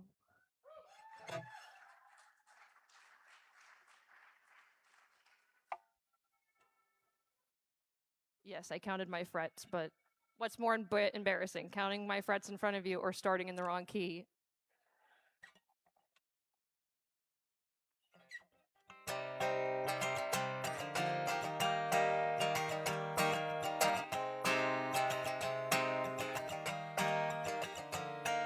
The way you're looking at me must be Halloween. I'm wearing a Batman cape, it's 30 degrees. Jack-o'-lanterns line the street. We both have crooked teeth. I can almost hear my dad saying, stand still, say cheese. How it felt to feel infinite. As the moment was passing, it's passing, it's passing, it's passed by. Turns out we weren't invincible, and time's moving faster and faster and faster all the time.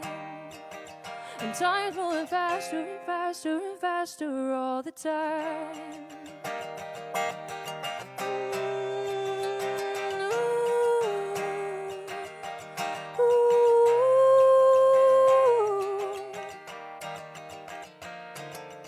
I woke up in a dream to a fevered summer heat.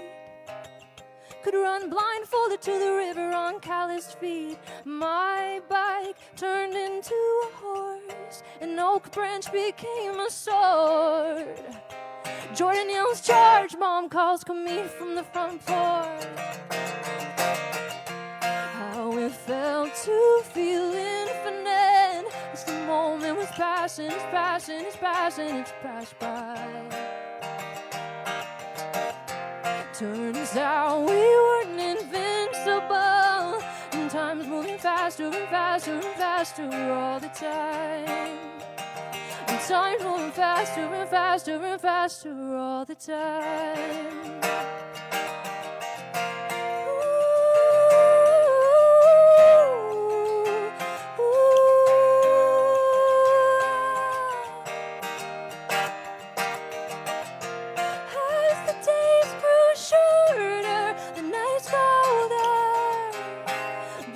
Ship out and break up the pack. We played harder, rode farther, stayed longer, refusing to look back.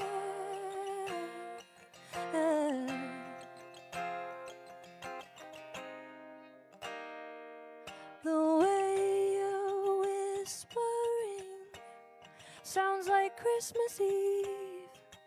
Watching Sorcerer's Stone, volume low, crowded around the TV. A pine tree and handprint ornaments, mixed raw eggs with cinnamon. Trying to make our own eggnog and it made us sick. How it felt to feel infinite as the moment was passing, it's passing, it's passing, it's passed by. Turns out we weren't invincible, and time's moving faster and faster and faster all the time. And time's moving faster and faster and faster all the time. And time's moving faster and faster and faster all the time.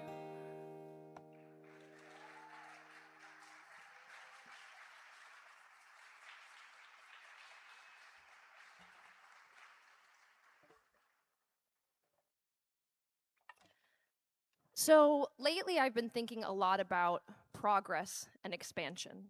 When I was younger, I really only thought of it as net positive gain. You move out, you move to a new city, you gain new friends, new skills, you buy your first house. But what I'm coming to realize is even if I didn't know it then, every choice I've ever made that moved me forward in my life cost me something. Time with my grandmother, fresh air. And we're told to keep our heads down, work hard, and eventually someday it'll be worth it. But I found myself recently asking, is it? How worth it? And what am I giving up to gain something? And what's the point where expansion's enough? And so I don't have all the answers to these questions. I don't presume to know them, but I think today is a day about being thoughtful and asking ourselves when expansion is enough and what we give up to get something.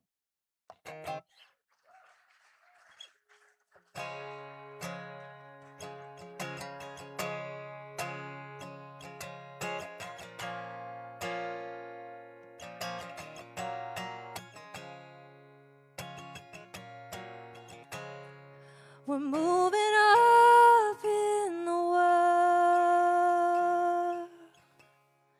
Cut the white pines down.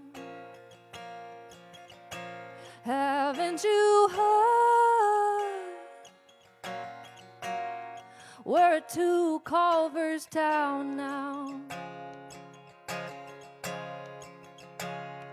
I've been driving for miles,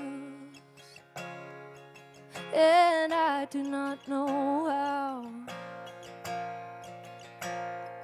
The odometer keeps ticking up just to wind up back at my house. Oh, the lily of the valley lines the ditch, and there's a fawn somebody hit. What I give for what I get, has it all been worth it yet? I'm moving up in the world. My license says 90210. Just some backwoods hillbilly living in Beverly Hills. I fly home on a big jet plane and roll up your gravel drive. You say, hey, Hollywood, well, look who finally stopped by. Oh, the lily of the valley lines the ditch, and there's a fawn somebody hit. What I give for what I get, has it all been worth it yet? Ooh,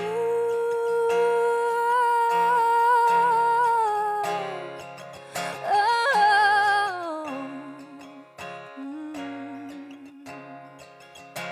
ooh.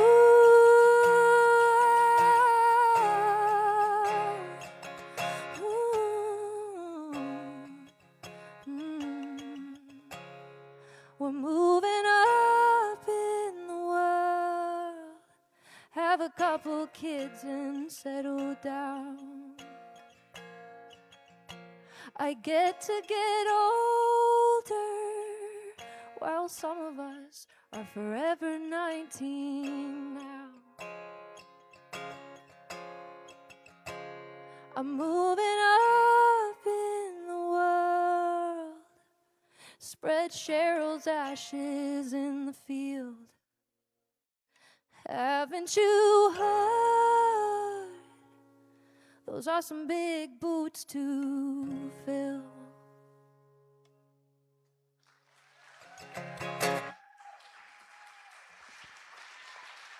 Thank you so much for having me.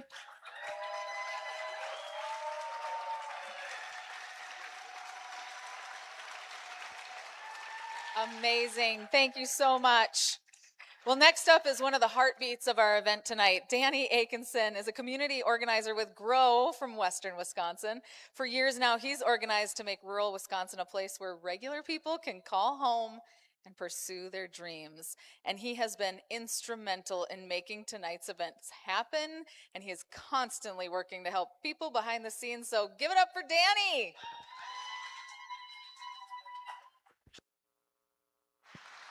Hello, everyone. How's it going tonight? Good. Do I have a clicker up here? It's okay if I don't have a clicker. Oh, here's the clicker. Okay. We're good. Thank you. Cool. So what we're here about tonight is more than just about one night, right? What Uniting West Wisconsin is about is a choice that's in front of all of us. I started organizing in 2022 after graduating from college and after having lost a job in my hometown and really a purpose in my hometown here in Western Wisconsin. I saw, as many of you are seeing, what's happening all across the nation, the ability to pursue a career, have a home, pursue the American dream. It's getting further and further out of reach for a lot of people. And I had to do something about it. I found GROW, an organization started a few years earlier when 7 neighbors gathered around a kitchen table in Pierce County and decided that they wanted to organize to make their community a better place. And they had to do something about that.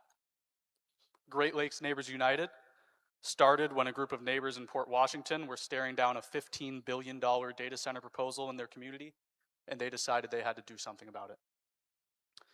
And what Uniting West Wisconsin is not just a one-night thing where we all come together, talk about data centers, and move on.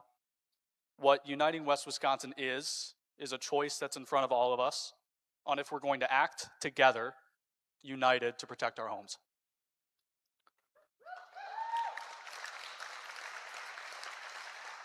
And whether you're here with us in Eau Claire tonight, you're watching online or after the fact, or you're hearing about this 3 weeks from now from some guy at the bar,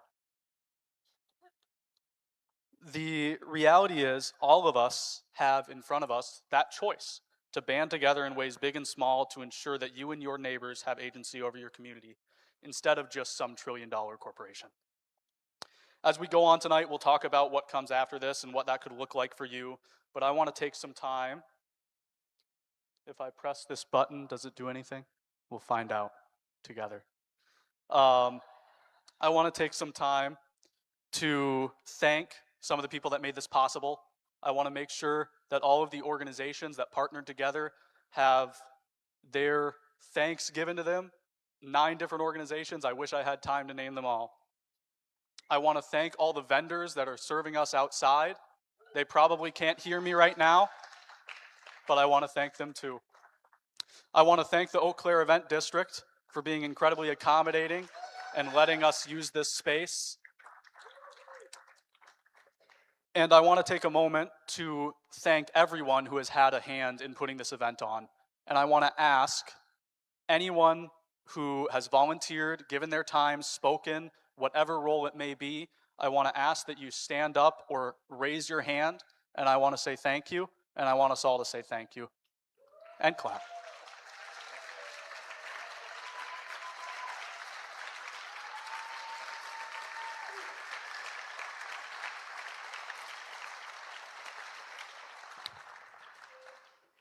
Now, tonight, like I said, is not just about tonight, it's about what comes after tonight. And this doesn't end tonight. What we're going to do now is I'm going to ask if you can support the work that we are doing. And we are going to pass donation jars around, and I'm going to ask you to give whatever you can, big or small. Because Uniting West Wisconsin, of course, this event cost us money. But even beyond tonight, we will be organizing future events, community forums, candidate forums, leadership trainings for people all across Western Wisconsin. And we are going to make sure that the people of Western Wisconsin get to make the decisions for Western Wisconsin, not just those trillion-dollar corporations.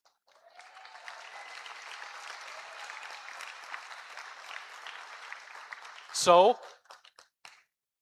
if you want to support what we're doing, please give what you can. Donation jars will be passed around. There's a QR code on the screen as well. Uniting West Wisconsin does not end tonight. Thank you. Thank you, Danny. Thank you, everyone who's considering donating. We really appreciate it. And we know the water, the land, and the air are impacted by these hyperscale data centers, and it is important that our farmers are in on the conversation too. We are going to call up Ed Gorell. He is the board member of the Wisconsin Farmers Union and the president of the Eau Claire chapter. He farmed livestock in the county since 1983, quote unquote, retiring to haul milk and then lean into farm advocacy with his wife, Christy. Having worked nationally to promote the rights and interests of Wisconsin farmers and lobbying in DC for them, Ed has a deep hands-on understanding of the challenges facing farmers and our farmland. Please give Ed a warm welcome.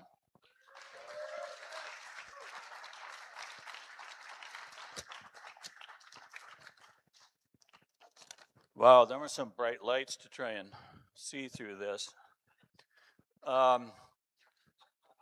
we're the Farmers Union. We're not the other guys. And we've been around since 1902. Wisconsin got accredited in late 20s, early 30s, and we know how to deal with this type of thing. And when I was asked to come here and give a 3-minuter, well, I can do that. So I'm going to get started and just tell you who we are, what we do, and how we do it. Wisconsin Farmers Union is a member-driven organization. It is committed to enhancing the quality of life for family farmers, rural communities, and all people through educational opportunities and cooperative endeavors and civic engagement. Wisconsin Farmers Union isn't just for farmers. We also welcome rural residents, consumers. That light is bad. Consumers and and others who want to participate in our program and advocate for family farming. Our membership is made up of people from all walks of agriculture and life, from conventional to organic, rural and urban. Our members find community in an organization that empowers them to have a voice in issues that affect them. Our members determine the organization's policies on these important issues each year at our annual convention.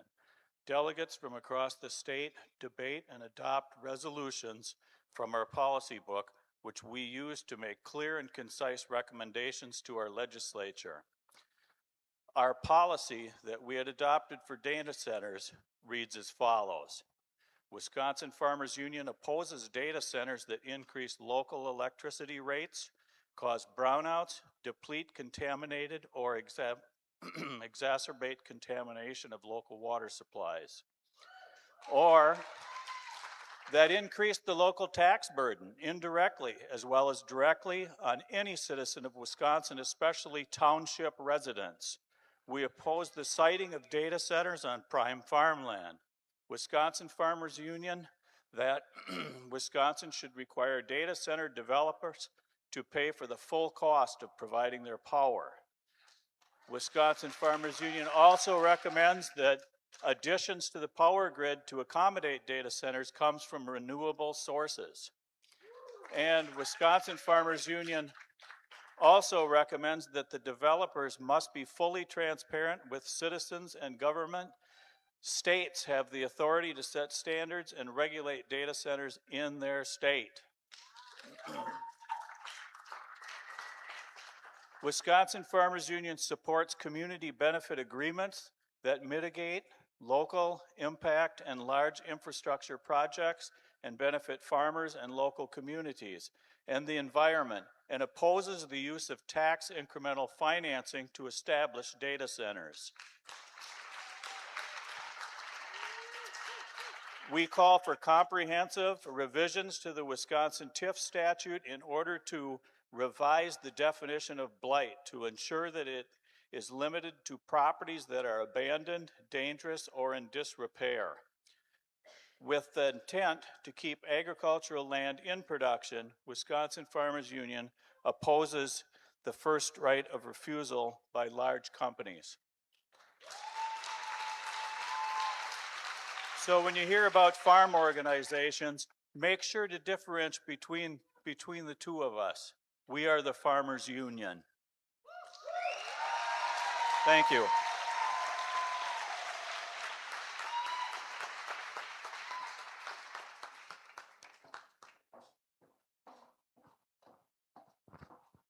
Thank you, sir.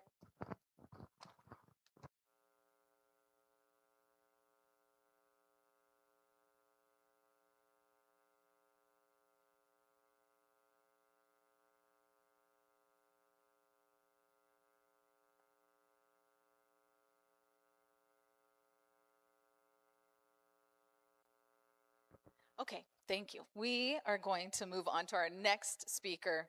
Data centers are obviously impacting big cities and the tiniest of towns alike. And this week, our next speaker was at a meeting in his small town advocating. Isaac Wold is a business developer, entrepreneur, and lifelong problem solver.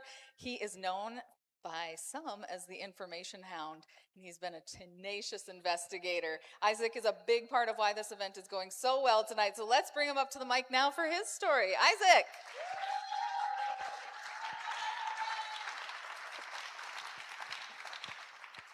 Everybody was right. It is really bright up here. Wow. Hi, guys. I'm Isaac. I'm Madeline's little hillbilly brother that drug her out here. Man, you guys, just everyone looking at me right now. This is crazy. You guys are making me a little nervous. Someone told me, they're like, just imagine the entire audience is naked. I'm like, now I'm just a little traumatized. I don't know. It's not working out. I guess my grandma was right. She was a nurse, and she was just like, yeah, not everyone needs to have their clothes off. A lot of people are lumpy, so.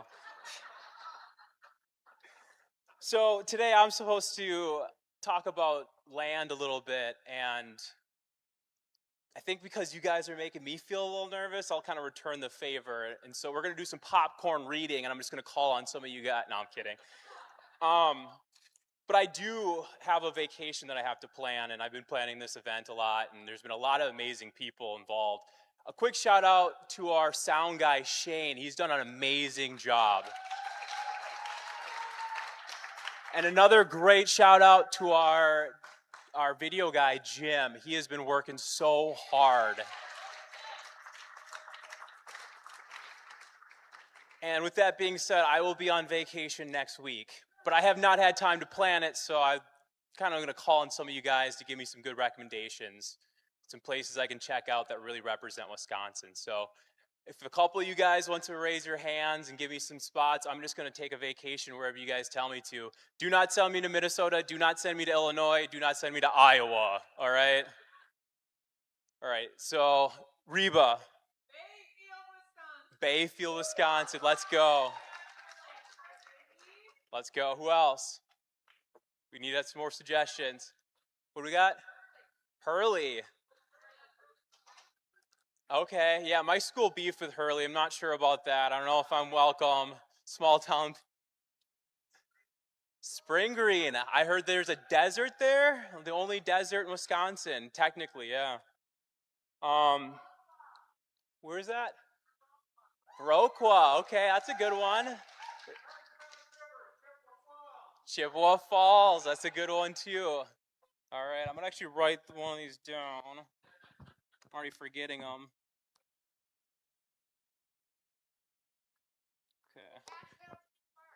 Pattail? Cattail. Cattail. All right. Well, what do we got now? Blacker.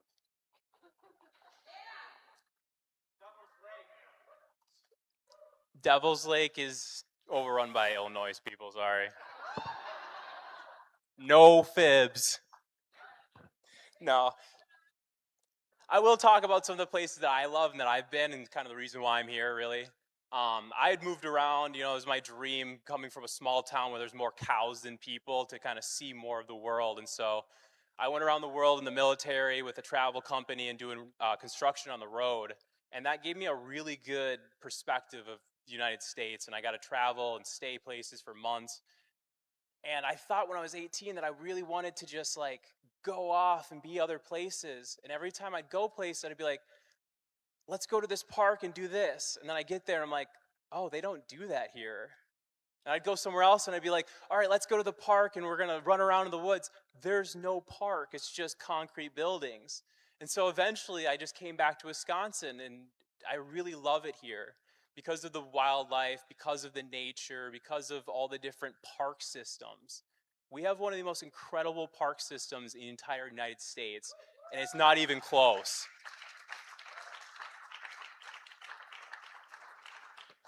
So I'll just leave you guys with just a quick couple facts about Wisconsin, a little bit about it.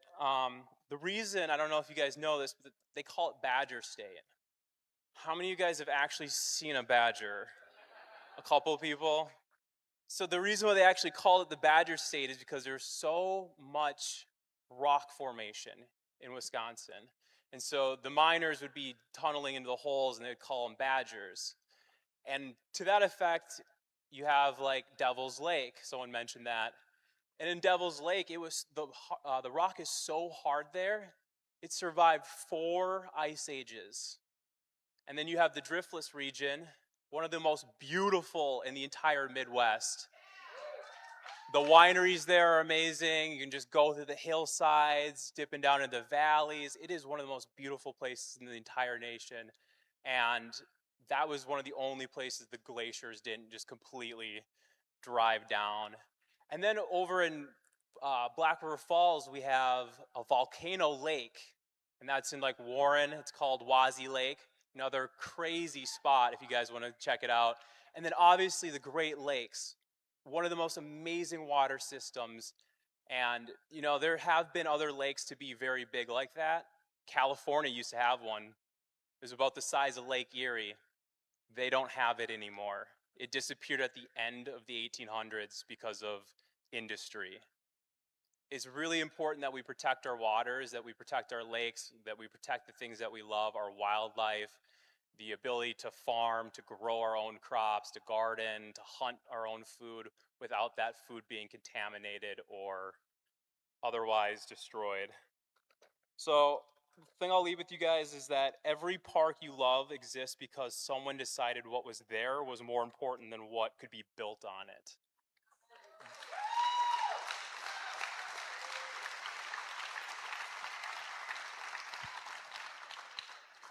That someone is us, and that's right now.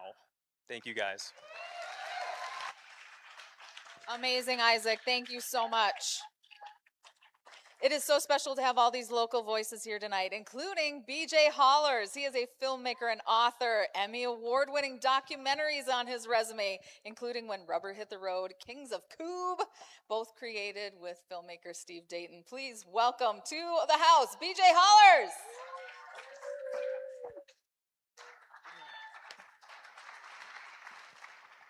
Can we give it up like for real for Blaine and all the organizers and the volunteers and the musicians and the speakers? You guys are incredible.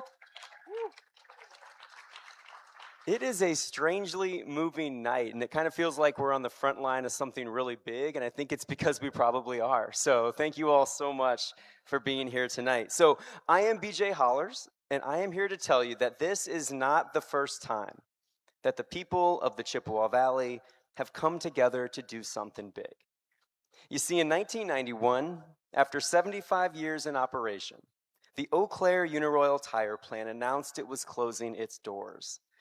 In all that time, generations of workers had created over 5 million tires. If you lined them up around the equator, tire workers love to say this, you could circumnavigate the globe 7 times. It's a lot of tires. I know this because my film partner Steve and I dedicated a few years to creating a documentary, When Rubber Hit the Road, which explored the plant's closure and what came next for our city. And while doing that work, we learned just how cataclysmic the tire plant closure was for the people of Eau Claire. Overnight, our region's largest employer announced it was leaving. 1,300 jobs were lost. By June of 1991, most of the workers would clock out for the last time. WEAU reported that it felt like a death in the family.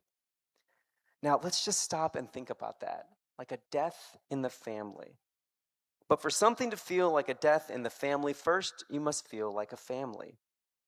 And the tire workers were. They were bonded together by working the line shift after shift, year after year. And believe me when I tell you, it wasn't pretty work. Most days, they drove home with their hands coated in carbon black.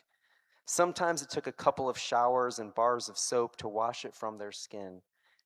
It was loud, it was hot, it was repetitive, but their hard work was rewarded with a living wage and benefits and a pension that's still in effect today. 3 decades after the plant closure, my film partner and I organized a reunion to bring the former tire workers back to their plant. We assumed these folks were seeing each other for the first time in years, but they weren't. Many of them still meet regularly. In fact, there's a small group of tire workers who still meet every 2 weeks to eat donuts and venison and solve the world's problems. They call themselves, I love this, the Rubberheads. Tire workers are proud people. And they like to say that during the good years, they made enough money to buy a boat and send their kids to college. They scheduled their vacation right around hunting season. They attended the annual union picnic. They joined the trap team, the softball team, and the communal effect was that they cared about each other. These were not coworkers, these were friends. When a fellow employee lost his house to a fire, they passed the hat until his burden belonged to them all. But when the plant finally closed, there weren't enough hats to pass for all 1,300 workers. Instead, the wider Eau Claire community had to step up. The union members came to the table alongside management, civic leaders, business leaders, education leaders, and a host of others, whose sole purpose was to help the city and its people. Now, there's a version of this story where local leaders left the tire workers to fend for themselves, or where the heartless corporate overlords left their workers with nothing but the carbon black on their hands. But that didn't happen here. Our community bounced back stronger because we decided to prioritize people over profits. Because we determined that dignity was more valuable than denying people their due. And because the people around that table, strategizing the future of Eau Claire, realized that even though most of them weren't tire workers themselves, they knew the tire workers. And they knew that their neighbors and friends and fellow congregants were losing more than their livelihoods. They were losing their identities. For the past 30 years, the tire workers figured that everyone had forgotten about their contributions in the Chippewa Valley. And they were mostly right. When we premiered the documentary at Pablo in 2024, we asked the tire workers to stand up and be recognized. And when they did, something magical happened, because so did everyone else in the room, offering them a standing ovation 30 long years overdue. Nothing in our film was half as moving as that moment. This is not a story about tires. This is a story about a community who came together in a perilous moment to build a better world right in their own backyard. A community that turned heartache into humanity. Margaret Mead famously said, "Never doubt that a small group of people can change the world. They're the only ones who ever have." Tonight, we are not a small group of people. We're a large group of people. And we're about to change the world too. Thank you. Thank you so much. We are world changers in this room tonight. And behind every big headline where a town comes together to be heard are devoted people doing the research, like our next speaker, Prescott Balch. Prescott is a recently retired technology executive, and after successfully resisting a data center proposal in his hometown of Caledonia, he has been helping communities across the upper Midwest understand the risks and the rewards with their proposals so communities can make informed decisions. Huge respect for the work he's doing. Let's cheer on Prescott.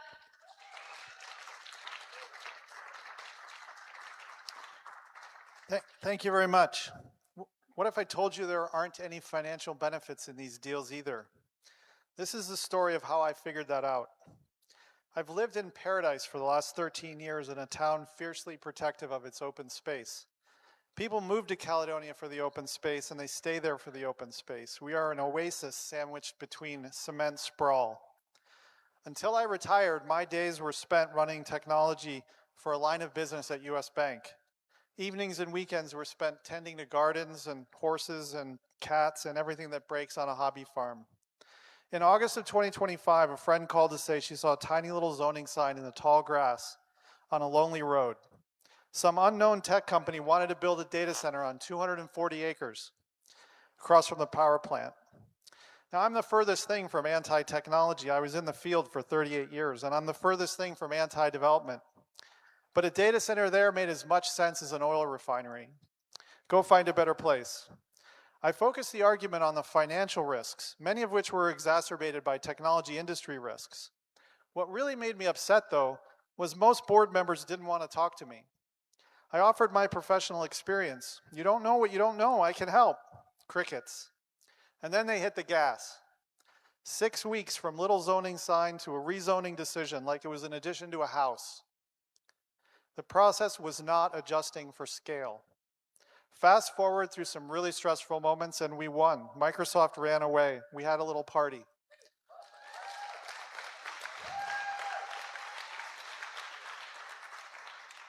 But then my life took a really weird turn. Port Washington, I reached out. Beaver Dam, I reached out there too. They were past approval before they knew it had happened. Then, Janesville, Greenleaf, Wrightstown, Kenosha, Beloit, DeForest, Mishicot, Cassville, Menominee, Howell Township, Michigan. It's laughable how long this list is. Lyon Township, Mason, Monticello, Minnesota, Hermantown, Nobles County Township, Minnesota, Troy, Illinois, and towns in Kansas, Ohio, Utah, Arkansas, Texas, Virginia, Florida, and I'm sure I'm forgetting a few. I couldn't say no to helping any of them. I traveled to some of them. I spent hours on the phone with many. I met some new friends, and I even got a Christmas card from one of them. Money was the singular reason people used to advocate for these deals, and I thought the money wasn't there, at least not without a lot of risk. And the smaller the town, the bigger the risk. I couldn't say no because I just can't say no. But I can't sit idly by and watch innocent people get harmed by really bad decisions. And I also offered my help because a pattern kept recurring. The process favors the tech companies. Taxpayers did not have an advocate at the table. Community groups needed help understanding the risks. With some notable exceptions, community leaders didn't want to talk. Community staff was outclassed by big tech companies. Tech companies, economic development groups, community leaders were badly overselling the benefits, and no one was talking about the risks unique to the tech industry. So I learned everything I could about municipal government, municipal budgeting and finance, tax increment districts, state law, school funding formulas, and more. The marketing pitch from the developers is the same everywhere. Big, huge valuation of buildings times your tax rate equals you're going to be rich. Let me distill everything that I've learned over the last year into one short sentence. It isn't that easy. Municipal finance is complicated, our state laws are complicated, budgeting is complicated, and that simple formula is not at all how it works. It's not even close. The tech companies don't understand that complexity, and many elected and appointed officials don't understand it either, even though they should. Port Washington and Beaver Dam had the best advice the state has to offer. Legal advice, municipal finance advice, economic development advice. All of them got it wrong. They screwed up. Neither community will get any city funding benefit from their deals without raising taxes on their residents. You heard me right, raising taxes on their residents. Residents will see benefits to their city property tax, but not for 20 years. Your schools will not see another dime in revenue, nor will you get a break on your school property tax bill. I know, it's hard to believe, right? I have found only one way for a small town to realize financial gain from a large data center deal. It is high risk, and it requires only a couple of decades of discipline, not something governments are known for. If you're desperate for the money and you think you have that kind of discipline, then maybe this is the right project for you.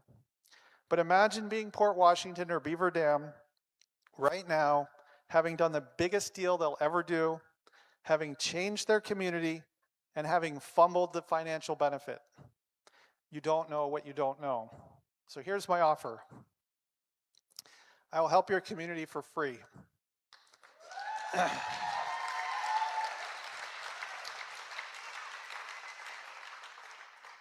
I will help you do the math. I love doing math. I will teach you everything I've learned about the financial aspects of these deals. I will show you the pros and the cons, the rewards and the risks. After that, you can say yes or you can say no. It's your choice. I just want you to make an informed decision. If there's no money in these deals, there is no reason to do them. And there's no money in these deals. Thank you. Amazing.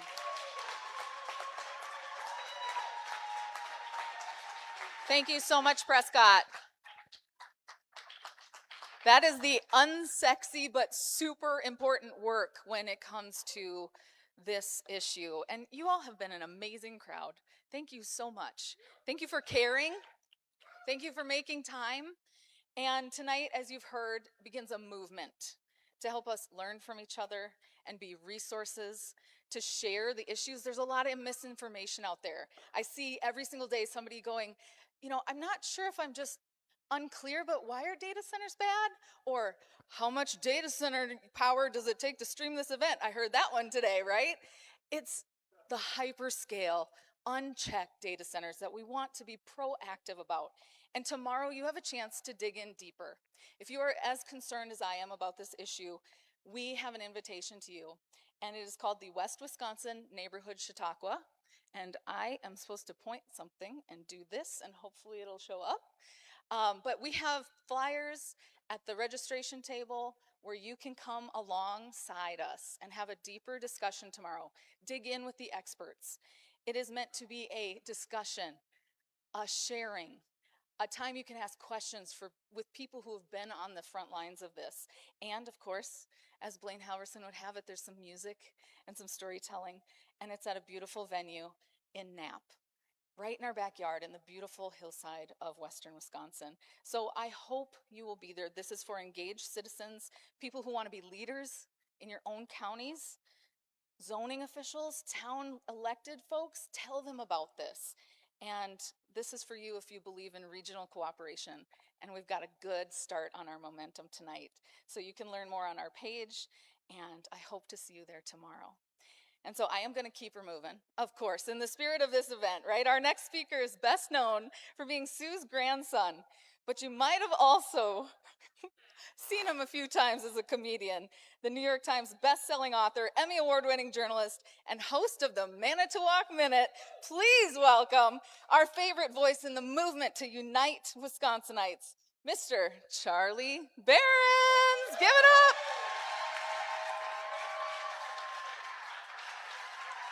Woo! Thank you, Charlie. Oh, I'll take a hug. Thank you, sir.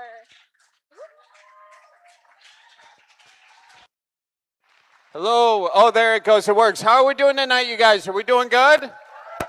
Oh, my gosh. Thank you so much for coming out. This is incredible. This is great. Where are my Packers fans at? Okay, good. Good, but not every hand went up. So let's dig into that a little bit. Where are my Bears fans at? You guys can actually shut up. That's... No, I'm kidding. Are you guys happy that you're moving to Indiana? No, I'm thrilled. I am so thrilled. I made so many Indiana Bears suck shirts. I trademarked IBS and everything. I'm going to make a killing. That's one. How about my Vikings fans? Do I have any Vikings? Yeah, real good. That is the subdued cheer that you guys deserve. Actually, you know what? It's funny. I was up there in Minneapolis recently. I was doing a show at the Mall of America. Yeah, because I don't know if you guys know this, but my career is really taking off. And there was a woman there that she gave me a fun fact about the Mall of America. She said, "Did you know the Mall of America is so big it can fit not one, not two, but 3 Viking stadiums?" Isn't that incredible? The Mall of America is so big it can fit 3 Viking stadiums, and yet not one Viking Super Bowl trophy. Isn't that? Yep. That's a burn. That's a burn. Playing the hits here. Yeah, we feeling good, sir. How are you doing? Yeah, good, nice. Yeah, you both gave me a thumbs up. That's cool. Yeah, I met you before. Remind me of your name. Logan. Okay, Logan, where are you from? New Auburn? Okay, there you go. What high school did you go to? New Auburn High School. I mean, I could have guessed that, but what was your mascot over there? The Trojans. Nice. Okay, and you're a Wisconsin guy, so I'm guessing is the Packers your favorite professional sports team? Hell yeah. Okay, we got a Packers fan here, ladies and gentlemen. That's good. That's good. Did you drive to school when you drove to school? Yeah? Okay. That was a trick question, and you got the answer right. What kind of a car did you go to? Ford Fusion. Was that your first car? What year was it? 11? I'm going somewhere with this. Relax. What color? Black. Is black your favorite color? No. Well, that's a trick question. Black's technically not a color. So what is your favorite color? Blue? Nice. I figured you were a blue guy. You a dog or cat guy? Both? Lame answer. Pick one. Cats? Okay. Okay. Well, we got issues. Did you have a cat growing up? You had dogs growing up? Okay. Well, all right. What was your first dog's name? Lainey? Who named that? Your mom? Sounds like it. Okay. Lainey, nice. That's fine. Okay, what is your mom's maiden name? Shut up. Shut up. I'm so close. Shut up. What's that? Wampo? Okay. Last question. What's the last four of your social security number? Why did you have to laugh? I told you to shut up once. I was one question away from having all of his security questions. I was going to have a hell of a time at Cabela's.com tonight. You guys screwed the pooch for me, all right? See, I didn't need technology to get all of that. No, you can steal someone's identity in line at the Quick Trip, all right? There you go. All right. Let's see what's going on here. First of all, I want to thank you all for coming out tonight. You got over so much information jammed into this, so much stuff. So I'll just tell you about my day, okay? Because you might need a break. I was getting some new glasses, and the woman working at the glasses deal, she said you should try the new AI Meta glasses with the cameras on them. And I was like, oh. No. I'm sorry, ma'am. I'm not a pervert. Like the Meta glasses with the cameras on them, are you kidding me? That's like going to buy a new car and the car dealer's like, have you tried the windowless cargo van with the coloring books on the inside? What are we doing here? What are we doing? You know, the first time I saw those AI Meta glasses in the wild, I was in the locker room at the gym, and some dude was walking around the locker room with those AI Meta glasses. I was like, this isn't okay. We are in a YMCA locker room right now. Do you know what happens in a YMCA locker room? Yeah, it's just a bunch of boomers with their peckers out. The YMCA locker room is an oasis for boomer peckers.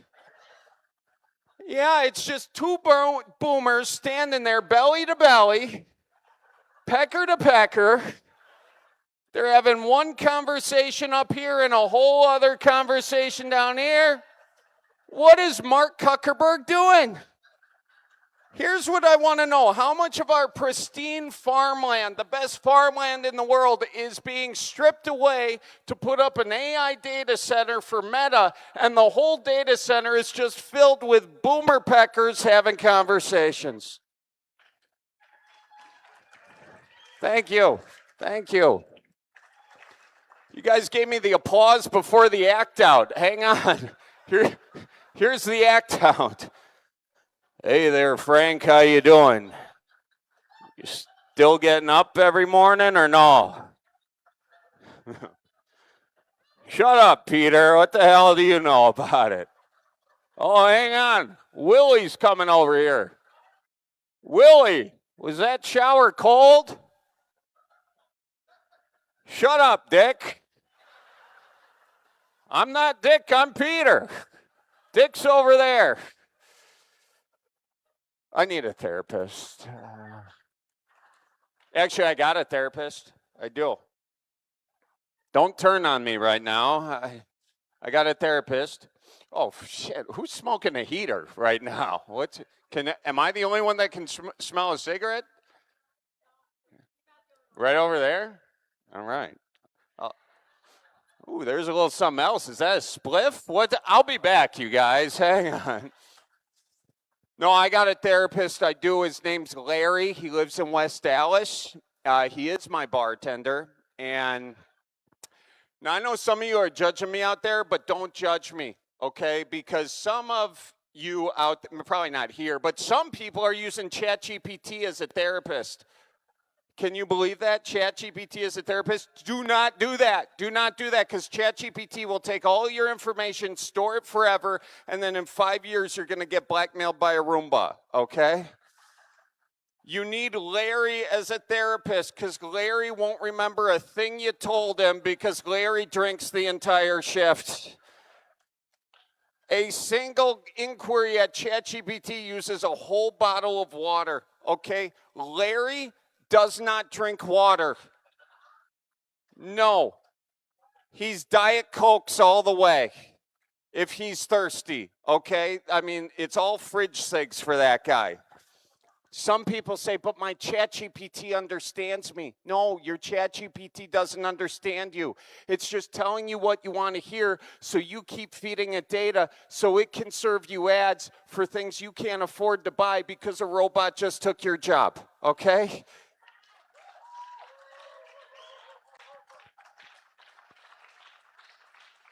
Saying my ChatGPT understands me is like saying, I just met the love of my life at Spearmint Rhino. No, you didn't. That's a strip club, by the way. Sorry, I thought that recognition would work well. Apparently there's a lot of Mormons in this room. I don't know. She doesn't love you, Todd. She just gave you that extra lapper because she knows the digits on your debit card, all right? They've actually done studies, and they found that in 95% of war games, AI models choose nuclear war, okay? These things are dangerous. They could kill us all. They could. But Larry will not hurt you, because Larry cannot legally own a firearm. Not since the Christmas of '86. All right, we're having a good time here. That's nice. All right, now I'll get to this stuff. No, it's nice to see you guys here, it really is. We are here tonight because we don't want big tech deciding the future of Wisconsin. We want Wisconsin deciding the future of Wisconsin. Yes.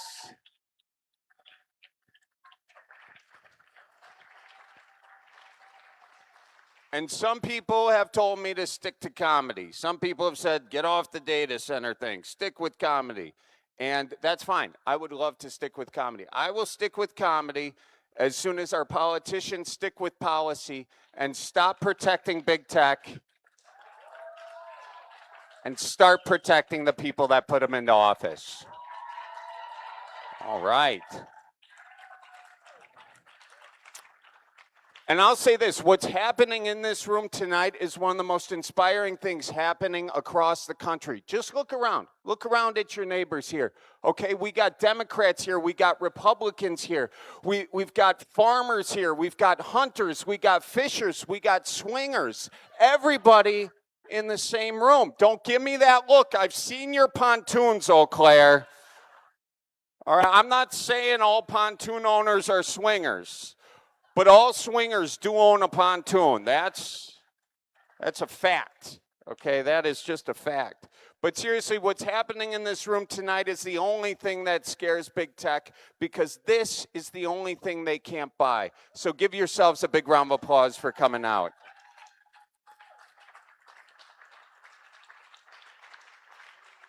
And I do want to thank you for coming. I want to thank all of you. I want to thank the elected officials in this audience tonight. And I especially want to give a shout out to the union members and the tradesmen in this audience tonight. Thank you for helping build the future of Wisconsin.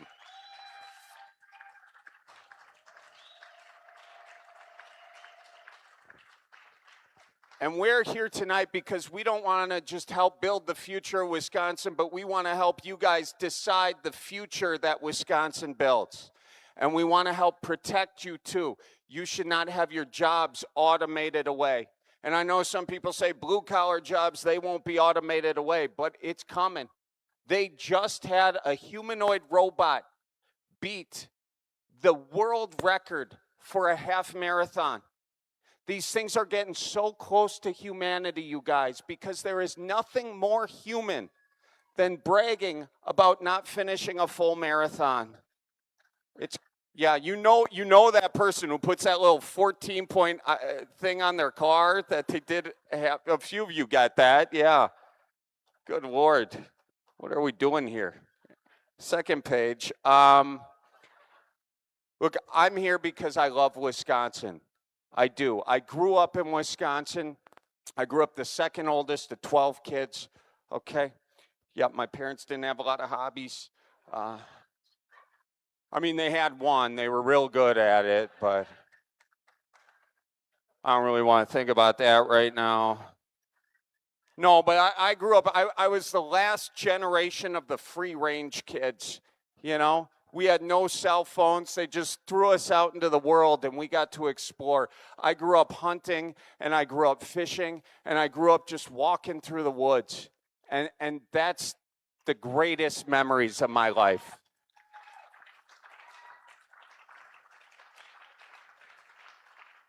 And for any big tech representatives here tonight, the woods are those big green things out there that you have to chop down to put up your data center. And thought that joke would be funnier. Guess it isn't. That's fine. No, but our land is who we are, you guys. I mean, look at our farmland. Look at our farmland, the agriculture.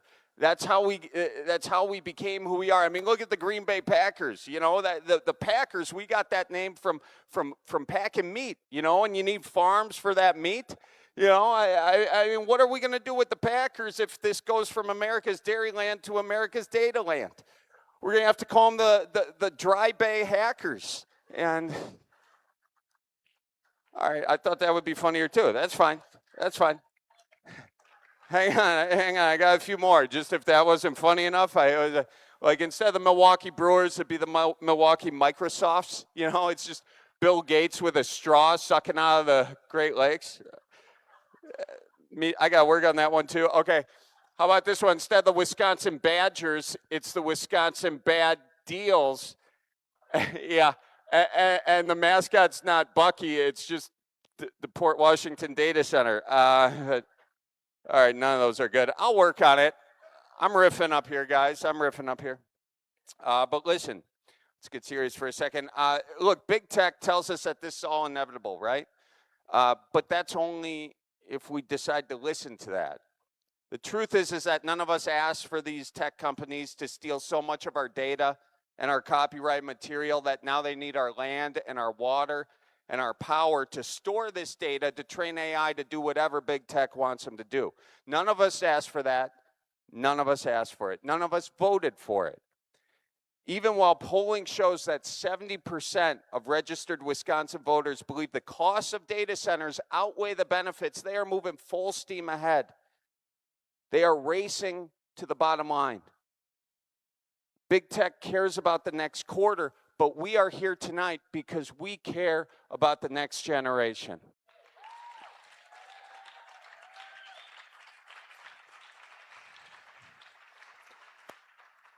And we are here tonight with a mission, and that mission is simple.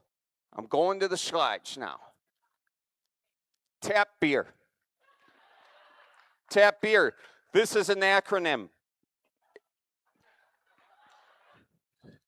I thought a lot about this, okay? We're here for transparency. We're here for accountability. We are here for protections. And most importantly, beer. Thank you. Thank you. Yes, cheers. We are not anti-technology. We are pro-tap beer, okay? Because Wisconsin should be open for business, just not the business of getting screwed over. We want transparency. No more NDAs, okay? Yeah.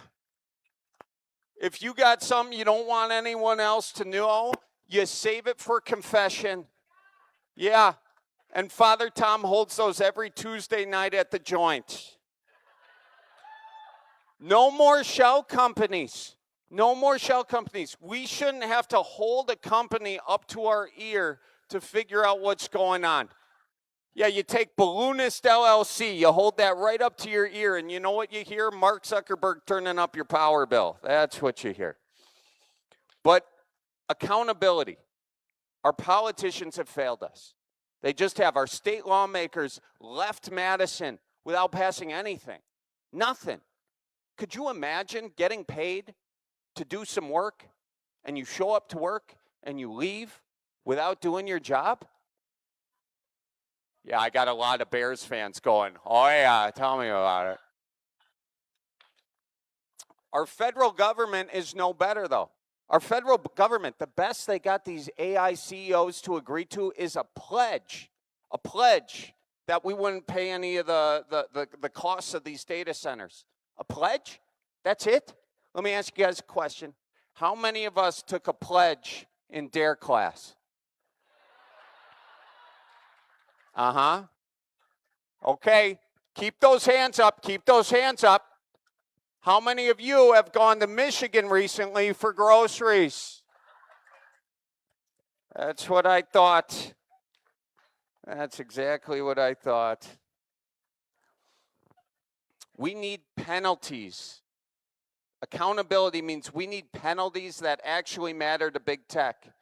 Because when your company is worth more than some countries, it's just cheaper to pay whatever fine you get caught doing than to actually do the right thing. We need actual accountability that these big tech companies respect.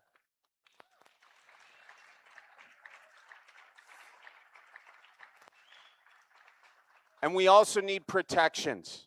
We do. Right now, AI could go one of two ways. Either AI is hype and it's a bubble, and if that bubble bursts, we're all screwed because so much of the stock market is tied into it. Or AI is the most powerful technology in the world, and whoever gets to superintelligence first gets all the power, and it's consolidated into just one or a few hands, and still, we are screwed. We need laws, because right now there are none, and we have no protection. We are here tonight to demand those laws. Guys, there are more regulations on a bratwurst than the entire artificial intelligence industry.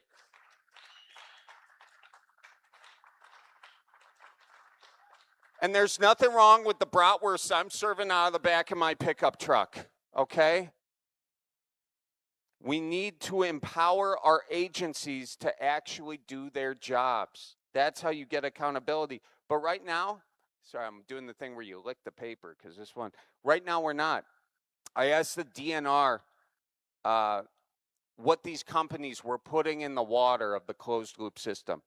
And the DNR said to me, quote, understanding the contents of the closed loop system is not under the DNR's regulatory authority. What? Why did we do that to the DNR? I feel like if anyone should have regulatory authority over what's being put in the water, it's the DNR. So maybe before we finish these AI data centers, we should give the DNR the ability to do their job.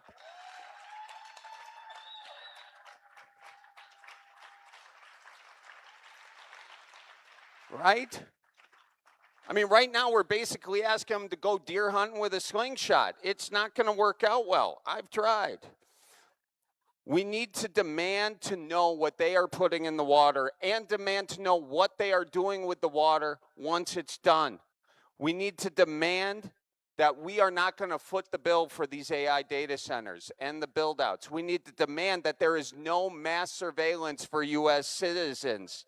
Yeah, no. All those flock cameras can get the hell out of here.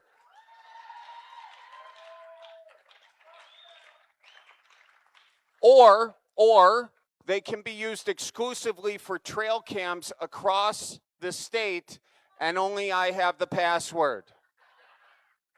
Didn't get any cheers on that one, fine. We need to demand a mandatory AI kill switch because we can't drink old fashions if we're dead. All right? And I know some people will say, but China will get ahead of us if you put these restrictions on. China, the thing we have in common with China is that we're all humans, okay? So if we're developing, this is a big if we are developing a truly more intelligent species, the thing that we have in common with China is we're both humans. And I know we want America to be first, but I don't think we want America to be first to build the Terminator, because that don't work out for any of us. The good news is there's an invention. It's called a telephone. Someone should pick it up and call China and say, hey, I noticed we're building the Terminator together. Maybe we should not do that. What do you think? Maybe that's too simple of a solution. I don't know. Big tech has this motto of move fast and break things. It was coined by Mark Zuckerberg. But that's not what we grew up learning here in the Midwest. We didn't learn to break things. We learned to build things with saws, okay? And if you move fast and you break something with a saw, guys, you can't always reattach it. I'm telling you that right now. I grew up woodworking with my dad. He's a good carpenter. And if I told him I was going to move fast and break things, my dad would tell me I'm an entitled little prick, okay? Because my dad didn't teach me to move fast and break things. He taught me measure twice, cut once.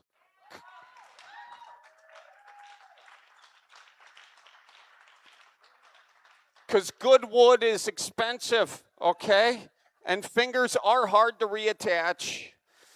My point being here is I think that Wisconsin wisdom, it would serve Silicon Valley well if they just slowed down enough to listen, okay? And let's just take a step back here and look at the bigger picture, and that's trust. If a company is going to come in and ask us to sacrifice so much, you got to be able to trust that company. But most tech companies are already treating their machines better than they treat us. Just look, yeah, you can clap for that. I'll take that. Yeah. All you need to do is look at all the lobbying dollars going in to these social media companies fighting child protections. Social media companies, they've spent millions of dollars to kill legislation designed to protect our children online. How can we trust big tech with the most powerful technology in the world if we can't even trust them to protect our kids over profits?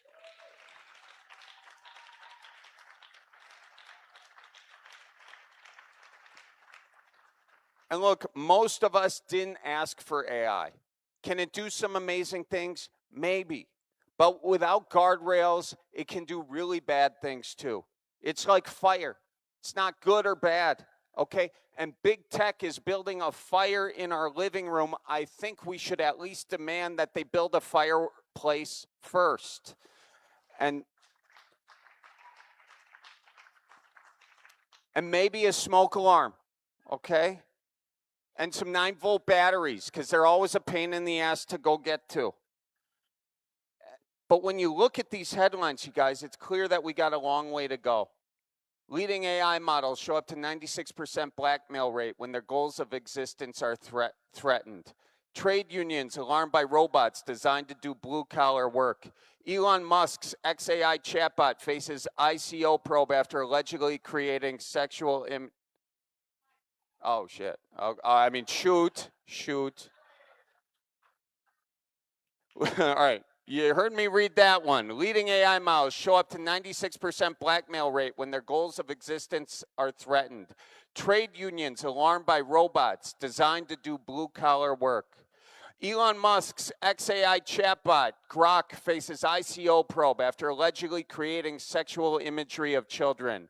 Another OpenAI researcher quits, claims AI labs are taking a very risky gamble with humanity amid the race toward AGI. U.S. government ramps up mass surveillance with help of AI tech, data brokers, and your apps and devices. In 95% of war games, AI models go nuclear, but in 5% they choose Settlers of Catan, so that's something. AI chatbots confidently deliver bad cancer advice. A predator in your home. Mothers say chatbots encourage their sons to kill themselves. EPA begins expeditious reviews of chemicals for data center projects. Elon Musk says there's only a 20% chance of annihilation with AI. Who puts only in front of that? My point is, it's a very narrow path to developing a more intelligent technology that's safe for humanity. And AI needs these data centers. And there's no reason to rush these data centers if they're such a good deal. If they're such a good deal and they're going to be around in 20 years and 40 years, Wisconsin isn't going to miss out. No, we'll just get them in 5 years if this is such a great deal.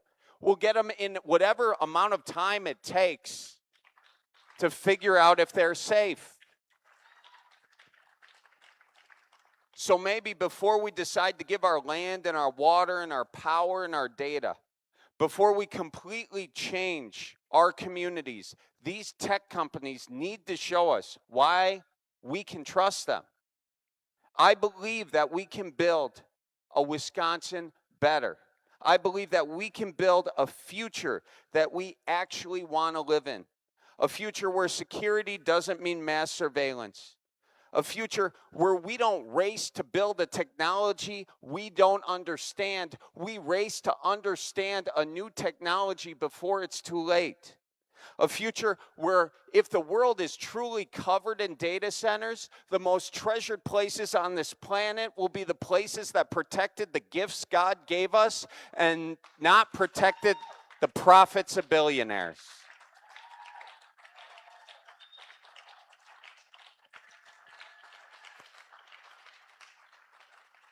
Big tech says they need these data centers because they want a warehouse of geniuses. But look around this room. We already got one, okay? Aside for the Bears fans, we already got one. We do, but each and every one of you has genius inside of you. And we want that genius for this movement. You got something that you do that's better than anything, than anyone else.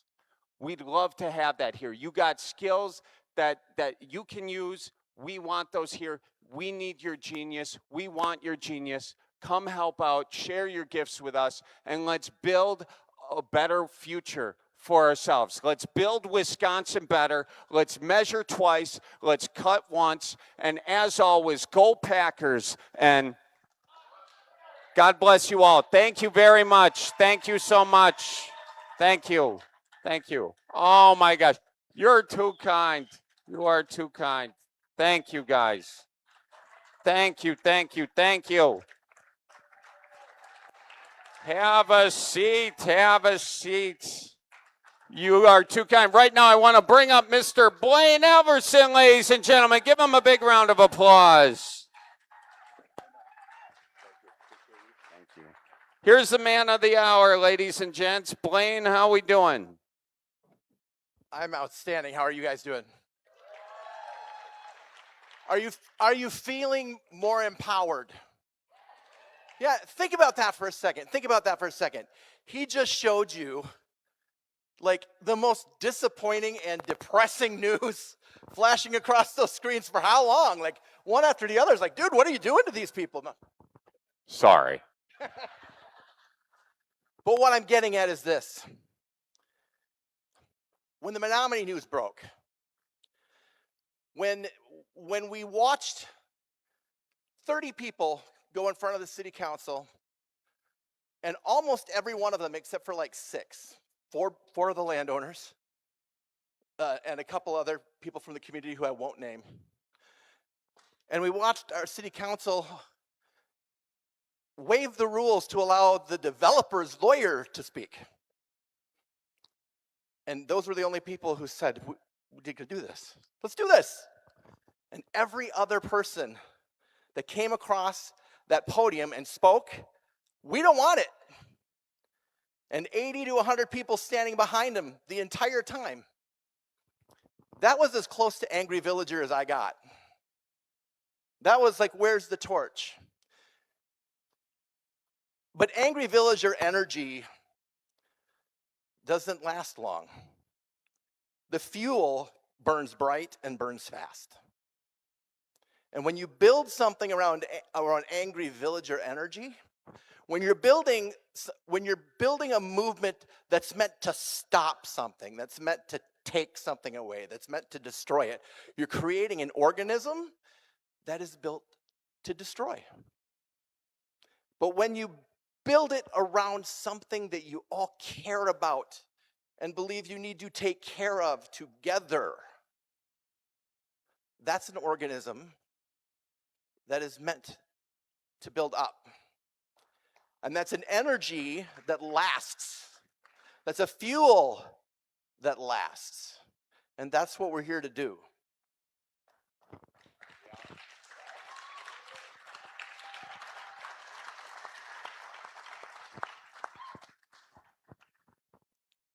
We are strongest, as the video said earlier at the beginning, when we are united over common ground rather than divided over our differences.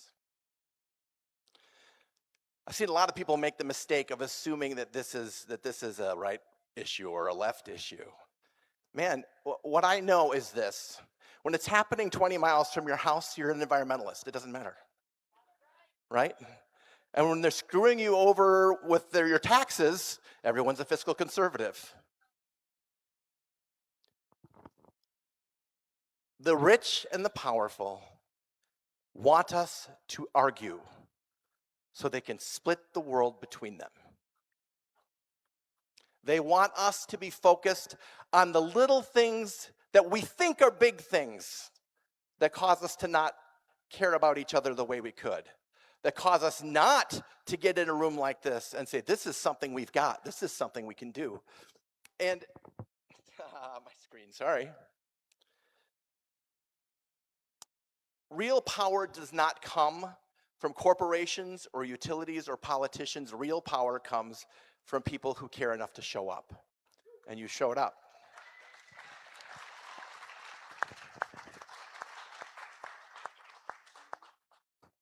All of us in our life have moments where we lose our voice, right? I've had those moments in my life. I remember being 21 and being part of an organization as a volunteer and finding out something really disappointing and the just shame that was being thrown on people.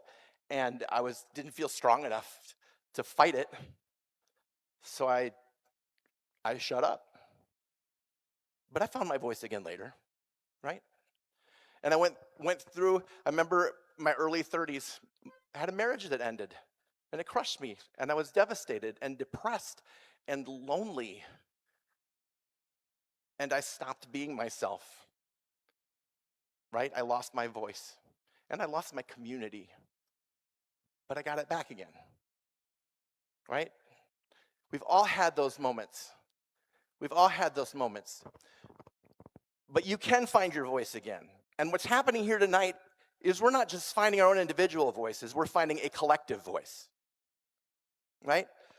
This conversation, I told you earlier where that first moment came from, right? Of this moment where I just realized what it's about. What it's about is that we all know instinctively that what is coming will take the soul away from our community. We know it. But then it was a couple weeks later, I was talking to him on the phone. And we were bemoaning the whole, like what we call it, like whack-a-mole. Oh, yeah. Fun game when you're a kid. Yeah. But we're talking about the data center business, right? We're talking about the whack-a-mole of all of a sudden it pops up and what do we do? And I said, I'm tired of doing that. And he said he's tired of doing that. And we said, let's do it the other way. Let's take offense, right? Let's play offense. What we're dealing with, it feels like it's hopeless sometimes. But does it feel hopeless tonight? It's not hopeless.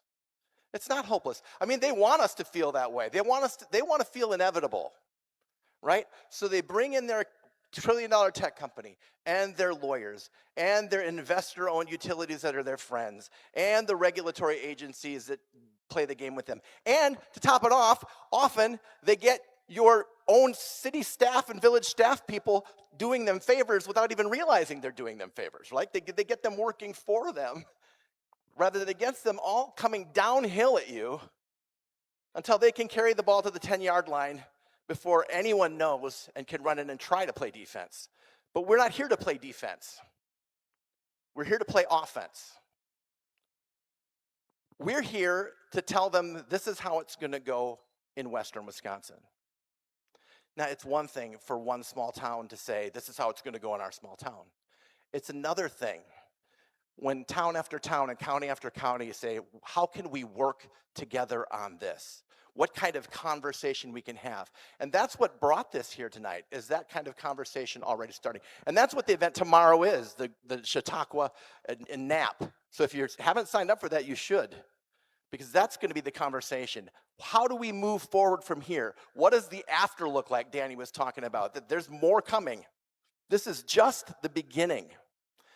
And the difference is what steps we each take as individuals.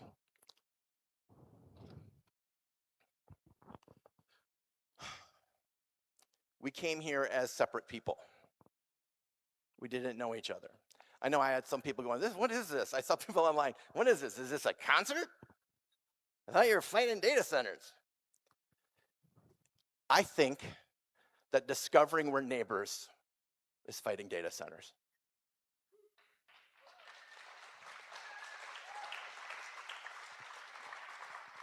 I believe that this issue has the power to save democracy.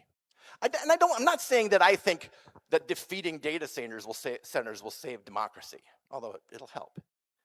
What I'm saying is this issue has allowed us, for the first time probably since after 9/11, to see something, to actually be united around something. This is that first time. This is the first time in a long time that we can talk to someone about something and stand side by side with them, knowing that in November we won't even vote the same way. You know, Madeline said something tonight when she said, she said, there's nothing going on, but it's beautiful and green, and that's not nothing. That's pretty special.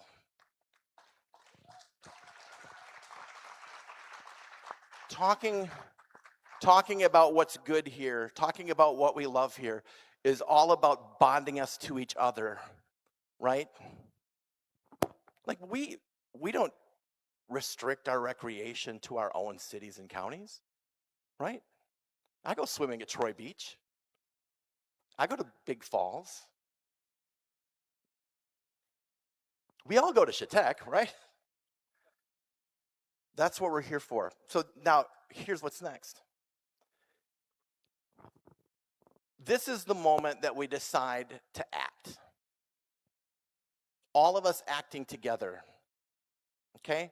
Because when one person acts, it's one thing, but when everybody says, these are the actions we're going to take, something happens. And right now, I think we're about to witness what I'm going to call the summer of moratoriums.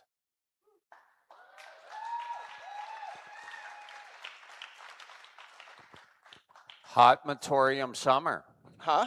Hot moratorium summer? Yeah. Yeah. I said it wrong, moratorium, but you get it. Okay. It could be on a bumper sticker, Blaine. I think it could be. Well, Could what be a I want shirt. to do, maybe you can help me with this. I haven't told you this. Oh, okay. I want to make like a heavy metal looking t-shirt that says the moratorium tour. Oh, and that's I want to fun. put the date and city that every moratorium signs on that t-shirt. Does anyone like that idea? Wow. Yeah. Now, everyone says, well, what good does a moratorium do? Here's what a moratorium does. Stop and think about this. We all need to protect ourselves, right? Every community needs to protect itself, right? And you need to insist that your community protect itself. Because they can't, if they're waiting to sit down to negotiate protections, they've lost. So we have to take the offensive on that. So what we're going to do tonight, this is this moment of resolve. This is where things turn into massive action. So can we get that slide up? This is where we find our voice. I want you to go ahead and everybody right now, scan that QR code.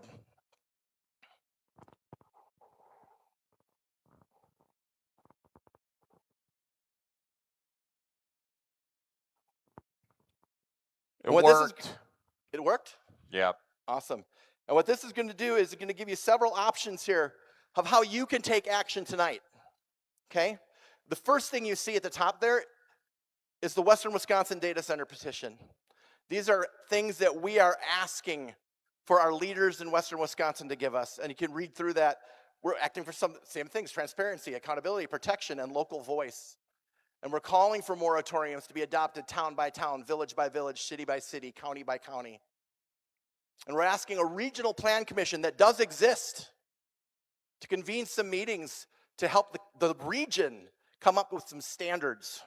And then we're asking the communities here to adopt those standards. So if you agree with that, please go ahead and sign that petition. And then as you move down, there are 3 additional information. These are other options for you. Wanting to get more involved, please select any of the following that apply to you. I will be at the West Wisconsin Neighborhood Chautauqua event on Sunday, June 14th at 1 p.m. in Napa Valley. We have members from at least 5 affected communities who are going to be there tomorrow, and the data center affected communities, and they are going to do a panel about those effects. We also have experts, some of the ones who you saw up here tonight. Some of my colleagues and friends with the statewide group, Great Lakes Neighbors United, are going to be doing some breakouts on different specific items related to data center work. And then we are going to begin the conversation of what would it look like if we developed a regional framework around data centers, a cooperative framework. Next, I want to join a county team organizing for protections from data centers in my area. So that means there'd be a team in Dunn County, a team in Pierce County, a team in Polk County, a team in Rusk County, a team in Clark County, a team in Trempealeau County, and the others. Okay, and you can join that team, and what that's gonna do is it's gonna give us the opportunity to start working as teammates within that county. And then if you're just the kind of person who just wants to be like Prescott, you can't say no, you gotta go help whoever you can, then this one's for you. I wanna join the Neighborhood Watch. I'll go wherever I'm needed, whenever I can, to support the cause. So right now, I want for you guys to look through this, sign the petition, let us know how you're going to take action. And what we're gonna do together is gonna change a lot. Because this is the first time I think that any area has said, we wanna do this together. And I believe it's the first of many. Someone's gonna hear about this and they're gonna do it better than we did, right? And it's just gonna keep going and going and going. And eventually, the investments dry up. When they see how organized we're getting and the power we've created, the investments dry up. How many of you are on board?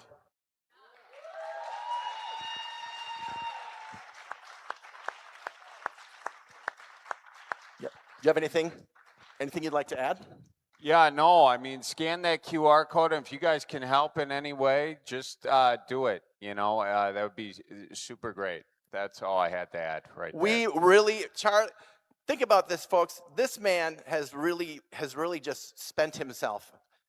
And he doesn't, this is not something he does as an act. Like, he cares about these things. Like, when something happens in Hammond, I'm hearing from him, what happened in Hammond? How are things going? What can we do? Right? He's in it with us. Let's hear it for him. Oh, that's too nice. I extend the claps to this man right here, because he has worked his ass off. He really has. And done something so special that I do hope goes to other communities. All right. I thought it would be fun if we had Bo and Soren come on back up. You guys want to sing a song with them? Yeah? All right, Bo and Soren, come on up. This is how we're going to close it out tonight.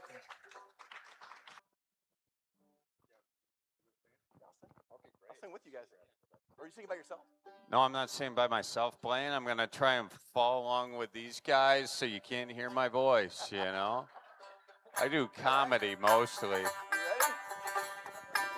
What song are we singing? This Land Is Your Land. Oh, nice. Everybody.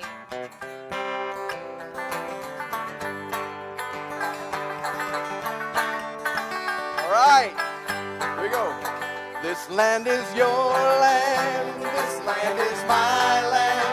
From California to the New York Islands, from the Redwood Forest to the Gulf Stream water. This land was made for you and me. This land is your land, every damn highway I saw before me, that endless skyway. I saw below me, that endless valley. This land was made for you and me. This land is your land, this land is my land. From California to the New York Island, from the Redwood Forest to the Gulf Stream water. This land was made for you and me. One more time. This land was made for you and me. Thank you, guys. Thanks for coming out tonight, neighbors.